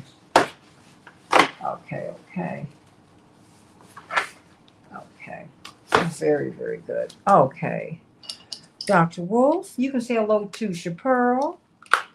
Not Chapearl there. Good morning, Chanel. And she's going to Good morning, Dr. Wolf. she's going to do her live read. And she's one of these persons who would benefit from Lindio. She looked into Lindio. And so Yeah. so I know the founder over there, so trying to do a little work. I think I just did I think it's probably online. Their sort of understanding inflation thing for them. oh please, that's wonderful. They have an educational text pretty good. Different topics. Look, no matter what, I just like to even talk about that because, the more information people have, the more empowered they are, right? 60 seconds, everybody. Sure. Okay, so let you go. Okay, I have there it is, my right. I've got another live read. Thank you, God. Okay. Woo! Okay. Here we go, everybody. Woof, woof, woof, woof.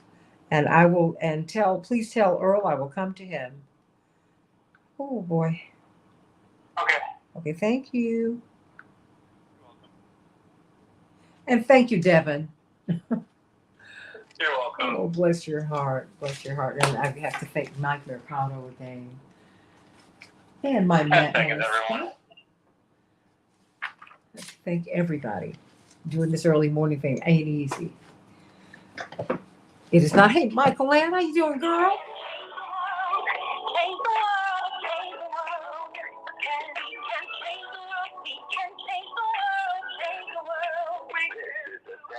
Jackson Show.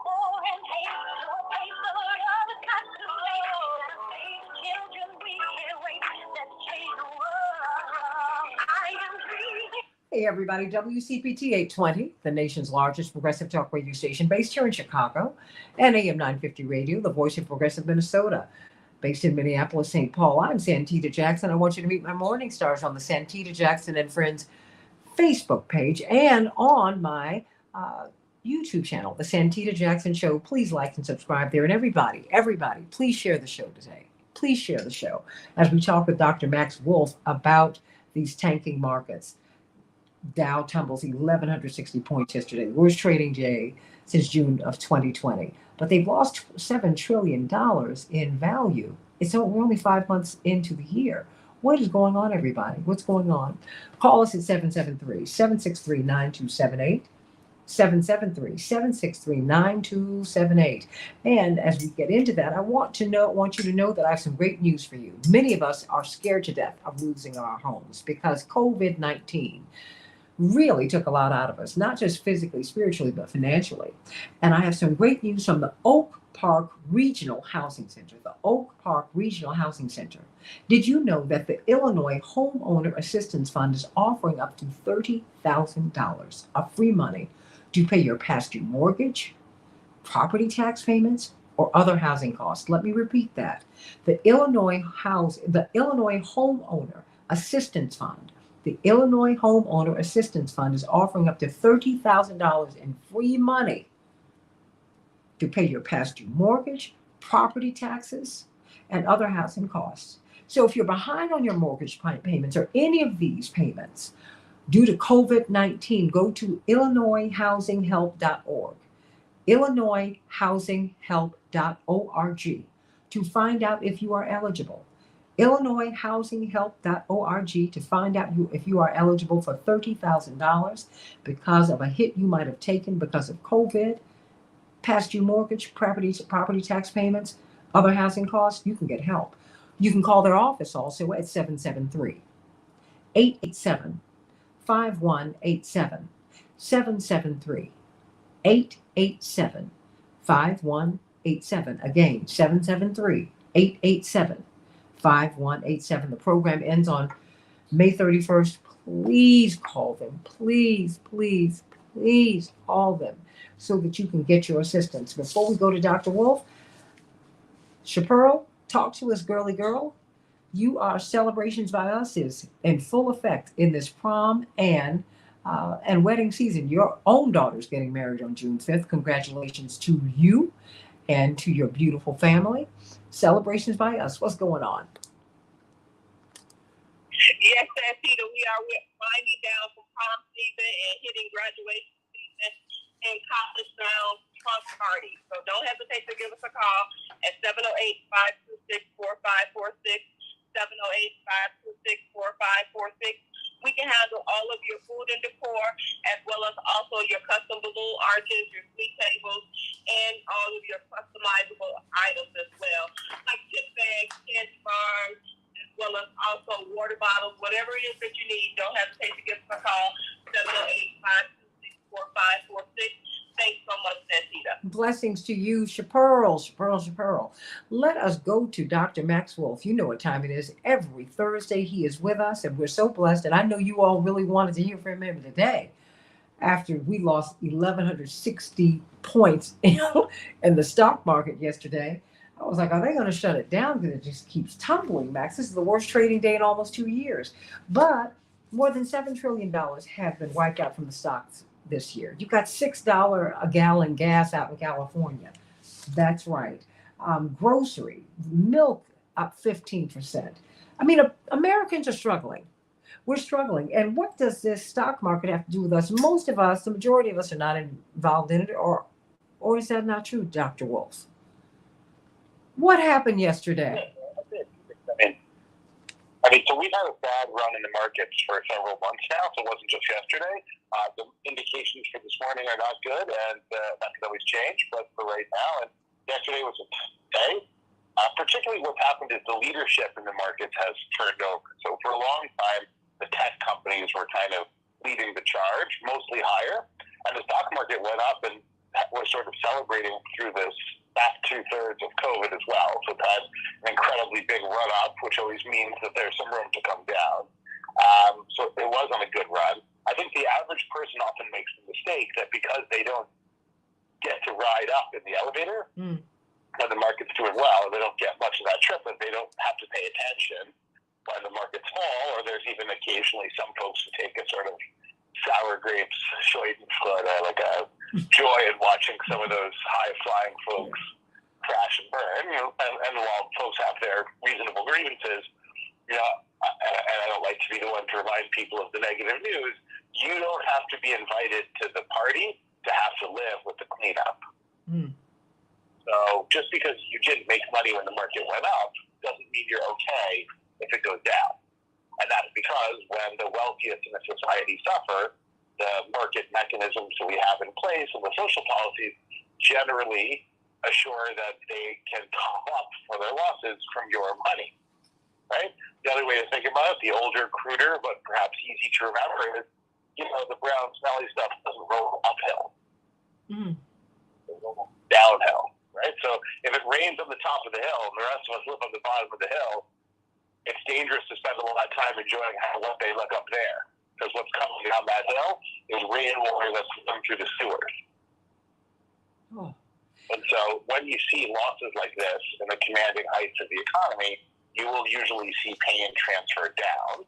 I think part of what's happening in the markets is the inflation story and the employment story.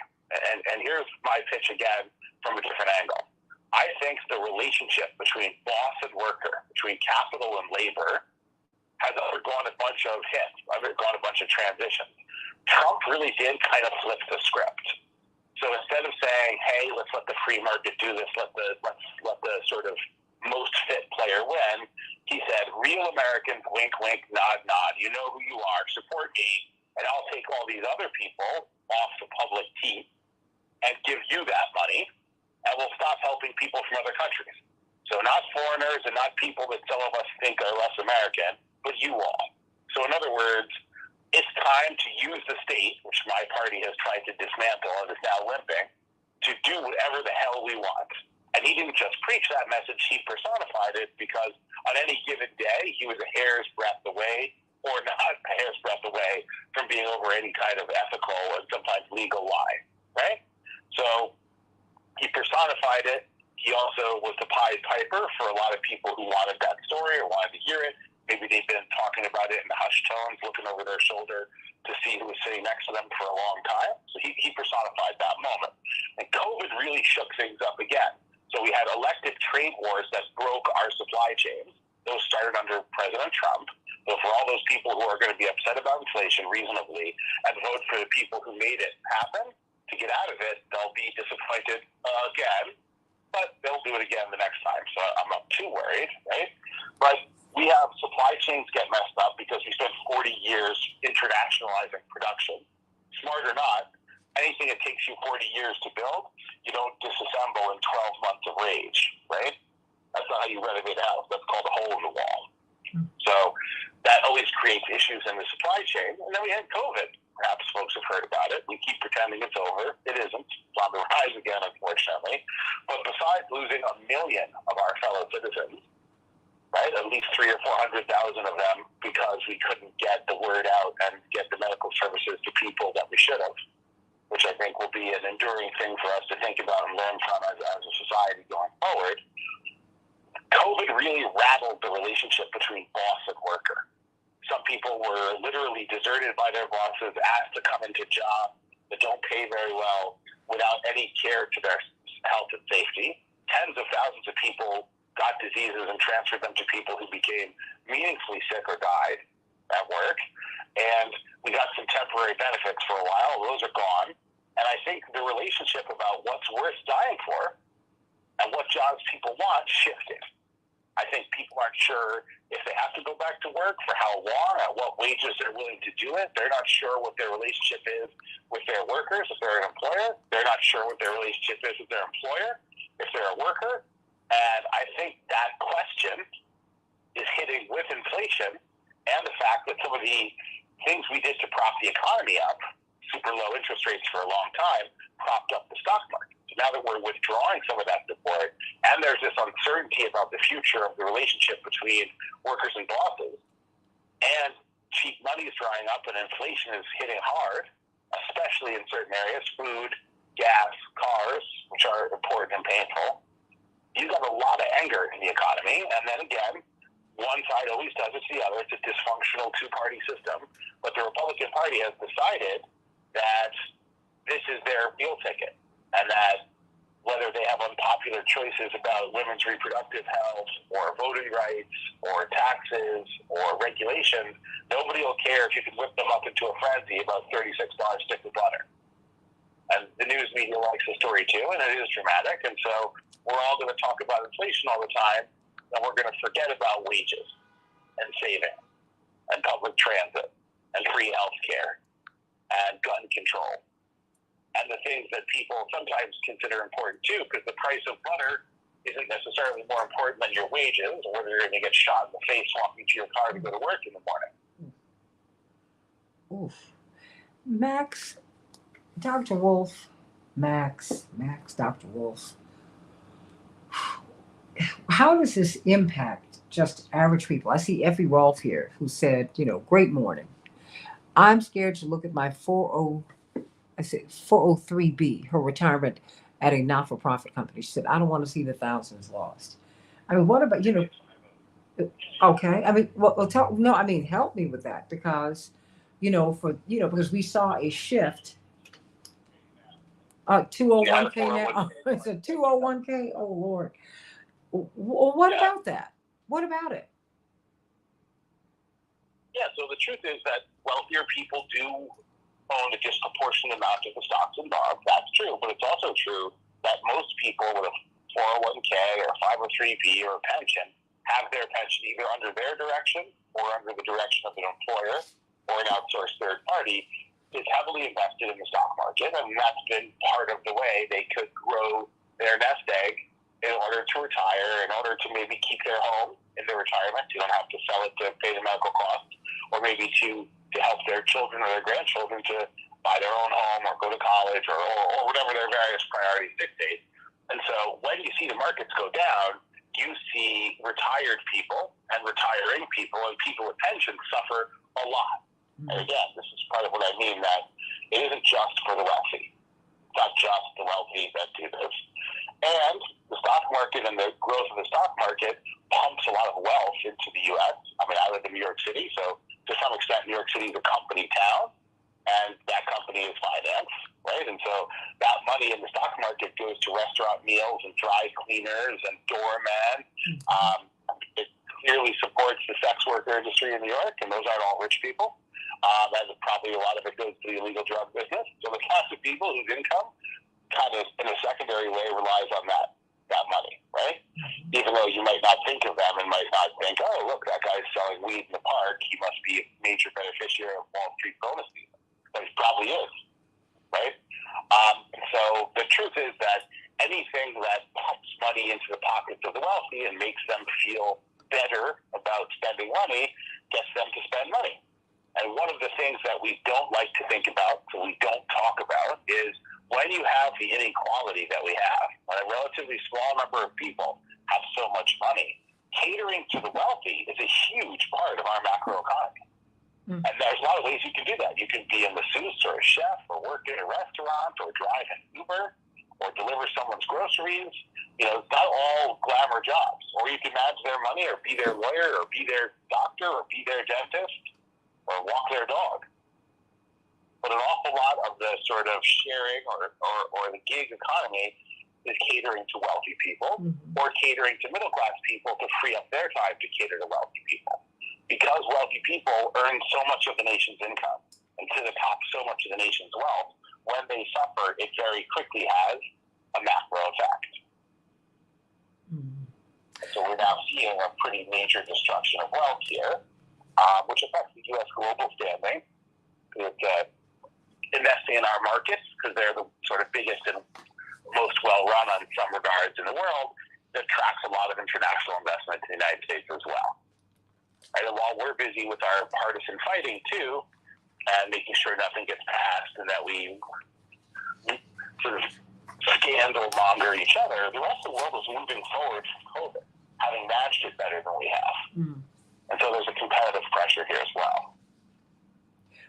Let me ask you this, because our corporations are really at the center of are at the center of so much of this conversation.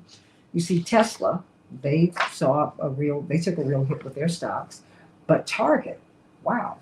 I mean, when you're looking at Walmart falling 7%, Target falling 23%, Dollar Tree 14%, and on and on and on. Are they the canaries in the economic coal mine? I mean, when you look at these big box stores, I mean, and they're taking these hits, what is our takeaway from that? Well, there's a few things you can tell from places like Dollar General and Target, or I guess maybe Target, the approved pronunciation, and Walmart. And that is that they give us a bit of a read on how the sort of average American family is doing, right? And so when you see Tesla, even though they have more affordable vehicles, they're still very small in terms of the number of cars they sell, and they tend to sell those cars to people in the bluer parts of the bluer states where the tax rebates on electric vehicles make more sense, and because of their range limitations and how far they can travel, they're often a second vehicle. So the number of households that might have a second vehicle that costs $40,000 to $120,000 is limited. So they might not give us the broad market as much as a Dollar General or Walmart or Target, where kind of regular Americans go on a regular basis. I think what we're seeing is there's no fat to cut. So the money you have to spend that you didn't think you'd have to spend more for the same gallon of gas or the same stick of butter or the same pound of hamburger meat, you're not spending more. You're not spending that, and you're having to cut other things. One. Two, I think getting people to come to jobs that are difficult and don't pay that well in many cases is really difficult because there's a risk of illness and death in those jobs. Right? And I think there's another part of the story that retail workers are suffering that nurses have known about for a while and doctors too, which is a significant portion of the American public has become desocialized. And a lot of our fellow citizens spent the last couple of years eroding their social skills, feeling alone and angry, and maybe spending more time than is altogether wonderful playing video games, drinking, and getting high. Mm-hmm. And so dealing with the general public is dangerous, and not just because someone might inadvertently wheeze on you, but because somebody might have desocialized. I'm sure we all have some over the last couple of years, right? And so people are less good at de-escalating problems. Right? And then add the last piece, which is, for whatever reason, I guess it's a cultural thing, we decided to buy a lot of guns during the COVID crisis, maybe to shoot the virus. I'm not sure what that was about, or maybe a general feeling of insecurity. There was certainly a sort of massive wave of gun purchasing after the George Floyd incident, right, or the murder of George Floyd, and then there's some indication that in some corners, suburban white communities and rural communities particularly, there may have been a surge in gun purchases fueled by various racial delusions after the larger protests that occasioned sort of public outrage over the murder of George Floyd and several other individuals in incident.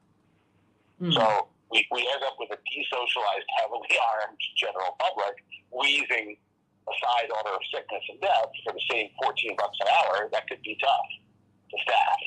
And so you're going to have to pay more for staff that's going to turn over more, that's going to be more stressed out, dealing with a public that's going to be more stressed out and have less free extra money. And as folks probably know, not always but often, big box retailers often make their money on a small number of purchases that people make, and some of the core purchases are even loss leaders, so they break even on them. So they'll get you into the store on an incredible deal on potatoes or something that you like, or paper towel or toilet paper or popular ones, and then they make their money because when you're there, you're going to buy ABC other thing. Impulse buys, maybe a magazine or a snack at the cash register, or a new product that you'll try in that major alleyway next to the cash registers, which is usually called Action Alley. And so the companies rely on people spending the extras on items that have higher profit margins. And there's some indication that over the last few months, households have been strained and worried, probably nervous about the war in Ukraine, definitely nervous about inflation, definitely fearful about rising prices, maybe worried about resurgence of COVID here and there, about various social unrest or gun violence or other issues. And all those things have contributed to people having less money to spend and spending less of whatever money they have. And that shows up in a pretty graphic way when you see some difficulties in some of the dollar stores, or at a Target, or Walmart, those types of stores. Well, let me ask you this. I'm getting a lot of questions about 401ks, pensions. Renee is the latest person to ask what's going to happen with our pensions. In fact, Laura said, you used to have pension plans, now you have 401ks. There's been a shift away from these pension plans, which appear to be safer, to, really gaming the market. So when you have this kind of volatility in the market, what happens to your pension? Well, first of all, it usually hits harder if you're closer to retirement. Okay. Things do float up and down. So if you're looking at a retirement 20 years out, it's probably less, at least not good for you. And if it collapses, market really collapses, it'll hurt you later as well. But generally, it's more of a problem if you're starting to pull the money out, or you're about to, because you're kind of reaching that 62 and a half, or you're reaching your retirement. Right? The big division in America is historically, especially in union and middle class jobs, we had what we used to call defined benefit pension plan. That's kind of what people tend to mean in general public when they use the term pension, which is, you do your 20 years or your 30 years or whatever of service, and you retire usually with somewhere between 65 and 75% of the salary you had on average in the top 3 years of your employment, right? So if you made about $100,000 a year in the last 3 years, you should probably be expecting to retire with somewhere around $65,000 to $75,000 a year. for your retirement. Sometimes there's a smaller benefit to your wife or husband if you pass away. And there's some health benefits associated as well, right? And that's the sort of rock solid, built the middle class, allowed you to retire historical pension that people often mean. That is largely gone. That largely kind of gave way in the 80s and 90s as capital got relatively more powerful than labor for a host of reasons, and laws were changed to what we call a defined contribution plan. I think that some of those defined contribution plans have taken the name from their line in the tax code that allowed the tax deferral on the income to go into those, which is 401k, right? And a defined contribution means you pick how much money you put in.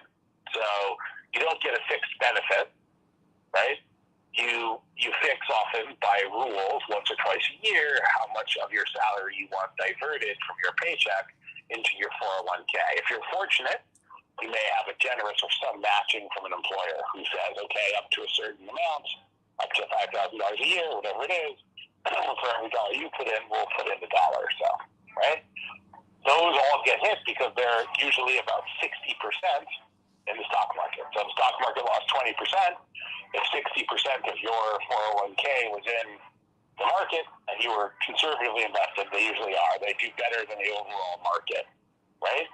But so you may have lost 4 or 5% of your retirement in the last 2 months. But again, that's unrealized, so that only hits you that hard if you're retiring tomorrow and putting money out. You know, we're going to have to continue to watch out. Well, I'm sorry, Max, I have 1 minute left. It belongs to you. Look, I think people need to understand that when the economy flashes this many warning signs, it's time to start figuring out what you want to do in a recession because it's coming. And if you don't figure it out, someone else will. And there'll be their demands that are heard and their needs that are met. And part of the problem we've had with the erosion of the middle class and the rising inequality here is in the downturn, the bottom does less well than the top. And then that gives way to a boom where the bottom does less well than the top. And if you get behind me when the road is tilted upward and behind me when the road is tilted downward, you're not going to win that race. Well, just very quickly, it appears that the recession is coming. I have 30 seconds. What should we do with an oncoming recession? I mean, look, you want to save and you want to start making safer choices and be less aggressive. The problem is that as businesses and people do that, they'll create a recession even if there isn't one. So there's the personal side, but there's also the political side. Ask who you think will be more likely to represent you and people you care about in this downturn and make sure that you spend the hours it takes to get there and vote in the midterms because people often don't. And you don't get a do-over if you go through a recession between the midterm and the next election. Everybody, pay attention, pay attention, pay attention, pay attention. Save, save, save whatever you can, whatever you can. Get you some beans, get you some rice. That's what my mother's been always training us to do. Make sure you have some basic things to eat. Take care of yourselves. May God bless you. And thank you for the reminder, everybody. Happy birthday, Malcolm X. The brilliant, the transcendent, our Black Prince. And he belonged to all of us, everybody. Malcolm X. Happy birthday. God bless you, Dr. Wolf. Sending you much love. Much love to all of you. Thank you, Mike Mercado, Devin Andrakis, Matt Cummings, Mark Pinsky, Matt Maliska, my whole crew at WCPT. Sending you all much love. Cosme and Paul and Vidalia. Love you, love you, love you. God bless you. Have a great day.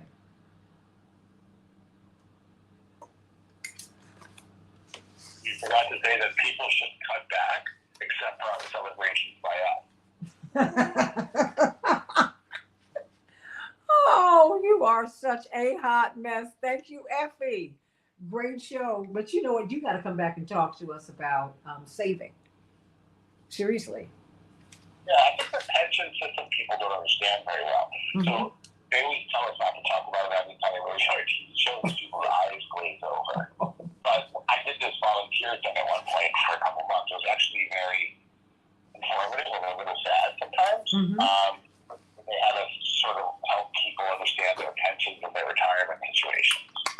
And this is like a cross-section of city workers in New York City. And New York City actually has pretty good benefits of pension system overall.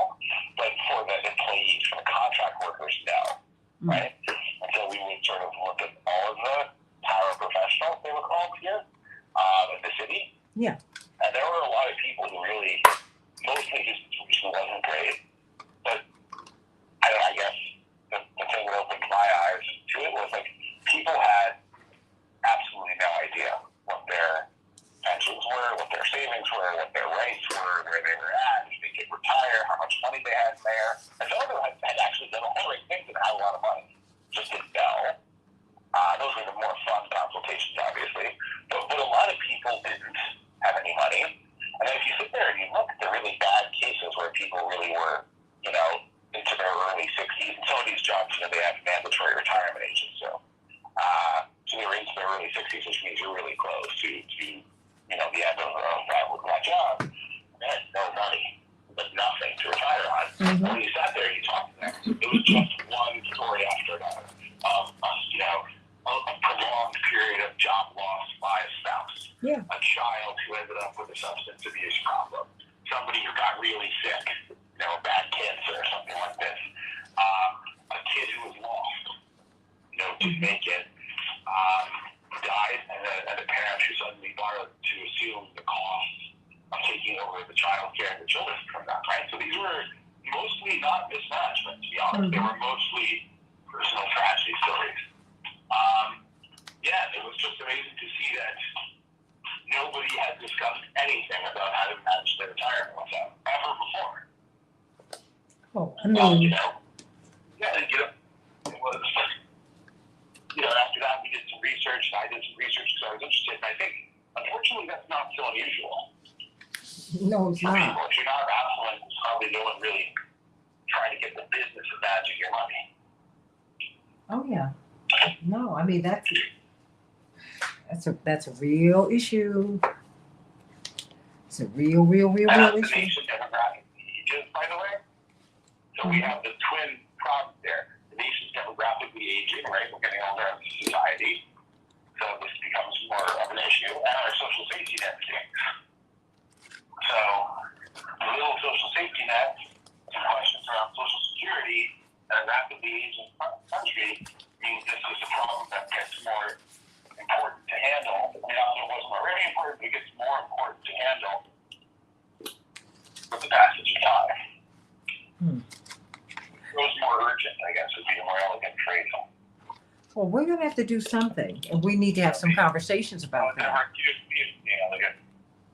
But we've got to do something because what's happening right now, my brother would always say, Jesse would always say, look, we're the best dressed poor people in the world. He said Americans are not doing well, and that's true. Ethiopia, you will see the world's best dressed poor people. Well, it's our poverty. Our impoverishment is deceptive, and you hit it, and it's when you get to retirement age that you see, oh my gosh, I have nothing. I have nothing. I ain't got nothing. You have a phrase for it in economics, it's so severe, which is there are a lot of people who spend the middle class but earn underclass in the U.S. Yeah. And that takes all kinds of forms, but obviously if you're spending middle class but not earning middle class, you're less than middle class. Yeah. Right? And the truth is, if you want to build any intergenerational wealth, you need to be lucky. That's nobody's fault, right? But you need to be lucky, and you need to spend less than you earn. And that's the real problem if you don't earn enough. That's also part of the problem, by the way, of the wealth disparity by ethnicity and race in the U.S. Because if you historically pay a group of people a little bit less, that delta, that difference, what they're not getting paid, it could be the savings that builds wealth for one community that's not there for another community. Not because they didn't save, but because they actually didn't earn it. Obviously, you cannot save what you don't earn. I mean, that probably bears a lot of, not a huge insight, but people do sometimes forget that asking people to pay money they didn't earn is not a super good idea. Not very useful. And people were not paid, or should I say, they were not paid what they earned. And another big one is women tend to have retirement problems because they're expected to throw all their money into the family cause, and they earn less. And so that systemic wage discrimination against women shows up there too. Mm-hmm. So they tend to bear a lot of the child costs in terms of direct costs. Oh yeah. Like go to the grocery store and buy stuff, but also lost earnings. You lose some career advancement, you lose some hours, you lose certain career opportunities, right? So then that can really have a big knock on by gender and retirement capability. What Effie Rolf calls it, the working, walking poor. I mean, people. Well, you can divorce Jeff Bezos. It's risky to give up your career. And that's obviously not a widespread opportunity.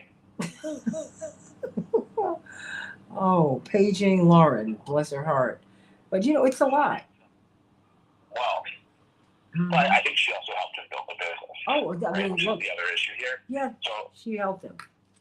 They built it. No, they built it together. you helped your husband build the business. Yeah, they built it Exactly. together. So if you're That's right. building a business with someone, but they own it and the relationship doesn't survive, you can end up with a lot more of the poverty. Mm-hmm. Absolutely. But thank God she did not. You know. And ugh, I don't think she's ending up with any of the poverty there. no, She's she. fine. I said thank God she's not, But again, because that doesn't happen. I mean, but they're I've seen. not representative. Mm-hmm. Because I've seen these women end up with nothing. Whew. After after their marriages was out. Most American men, most men would be happy to marry and then divorce Jeff Bezos as well. Obviously, it's no usual opportunity. You all don't pay any attention to him. He's not. If I respect for your show and your audience, I won't weigh in as to whether or not I'm one or not. If I see you married to Jeff Bezos, may I be the bridesmaid? Okay, thank you. Yeah, it's just, I have a feeling I get in touch with a lot of old friends. Like, not necessarily the back of the old crowd, but Honey, the whole old band back together on that. I'll be standing there like this, everybody clutching my flowers. Oh, You can try some runs around it. Just tell people that I identify as Jeff Bezos. oh my gosh. I think that Probably wouldn't work, but everybody was on Saturday Night Live. it just might. I just would not be able to calculate all that. I'd be like, really? This is too rich. I identify as Jeff Bezos. I'm just seeking a divorce settlement. I'm not asking for much. I'm willing to pretend this never happened. Oh, bless your heart, Max. Oh boy. You know what? Call me later. Call me later on today. So because I'm trying to. Huh? I'm saying that's why you don't plan your retirement yet. I'm already trying to marry Jeff Bezos. Oh my! Look, let me tell you something. Look, I mean, I don't know. Men like that they're a caution. They require a lot of energy. Probably true. And also, look, it's obviously one individual of 7 billion is a pretty elite, small circle. All right, well, I'll look forward to talking to you later in the day. Thank you for having me as always. Oh, get out. It's your segment. I mean, and today I started getting notes about you last night. Is he going to talk about the stock market? We're going to cancel you. I mean, everybody's worried about their retirement, Max. Everybody's worried about that. Yeah, no, I mean, for sure. This is always the plight of the economist too, right? Nobody really wants to talk to you when the economy's going well. If things aren't going that well, you usually get more interest. Oh boy. Hence the Dr. Doom stuff and physical science references. Oh my gosh, it's a lot. I mean, really, really. So, but I love you. I'm gonna call you later on. I just ordered some equipment. I've got to see if I've gotten it today. It might enable me to get back on air properly, maybe. Oh, good. All right, well, good luck. No, well, we are trying. We are trying. I've bought a lot of equipment over the past few days. Oh my goodness gracious. Lots. Okay, sweetie. All right. Well, talk later. Be well. Good luck with the equipment. Oh, thank you. Let's hope. Praying. Right. Fingers crossed, toes crossed, all of that. Thank you. Sending you all much love today. I'm gonna run to another one of these Zoom calls. They are just a lot. And so I'm going to I'm pivoting. I'm 10 minutes late, and they've called me. They've sent me a text to let me know that I'm late. But, they knew I had to finish my show. Told them I was. So I love you, everybody. Can't wait to be with you tomorrow. Thank you for being with me today. Oh, D-Ray, thank you. My mom is fine. I spoke with her last night. She was driving and talking and driving. We had a great time. And send her a note and let her know that I'm her twin. My mother refuses to believe that I look like her. But it depends upon the day. It's a funny thing. Depends upon how I wear my hair too. Because I obviously look like my mom. She doesn't see it. But it's just kind of funny when I wear my hair straight, I look like my mom. When my hair, when I just let, when I take this down, when I pull my hair back, it straightens out, but it curls up when I wash it. I look like ramen noodles. And that's when I look like my dad. It's funny, isn't it? It's funny. I look like them both. Come on. And my brothers, my sister and I, we all look like them. We're combinations of them. Like kids are. How about that? I love you, everybody. And thank you, Keith. I love you, Keith. Jewel, I love you, girl. Stanley, D-Ray, love y'all. And we'll be having Dr. Wolf back on because he's absolutely brilliant and right about what we are looking at, right? And I think we're going to be talking more about financial literacy going forward and what we can do to save money. One of the sponsors of the show is Ariel Investments. And John Rogers believes that even with $5, you can start to invest and you can start to save. So I'm going to be speaking with them about getting someone from Ariel Investments on to talk about that. Because you don't have to have gobs of money. That's one of the things I love about Ariel. You don't need gobs of money. You just need a little bit. And that's why, their mascot is the tortoise. Take your time. Little by little you build. And maybe some of us are getting started late on building our retirement funds, but there's hope. There's hope. And so let's do that because I think that there is a way for us to make it. There's a way. I love you all. And let me see. You're welcome, Jewel. And everybody, please love you. Thank you, Keith. Thank you all. Thank you for your support. Please like and share the show. And make sure that you get registered for the convention. I hope that you all will come, particularly those of you who are close in. But even Jewel in New York and everybody else, come on in. It's going to be a great convention. And, of course, the convention is great because of you. I love you, everybody. June 18th through the 22nd. I'll see you tomorrow. God willing. God bless.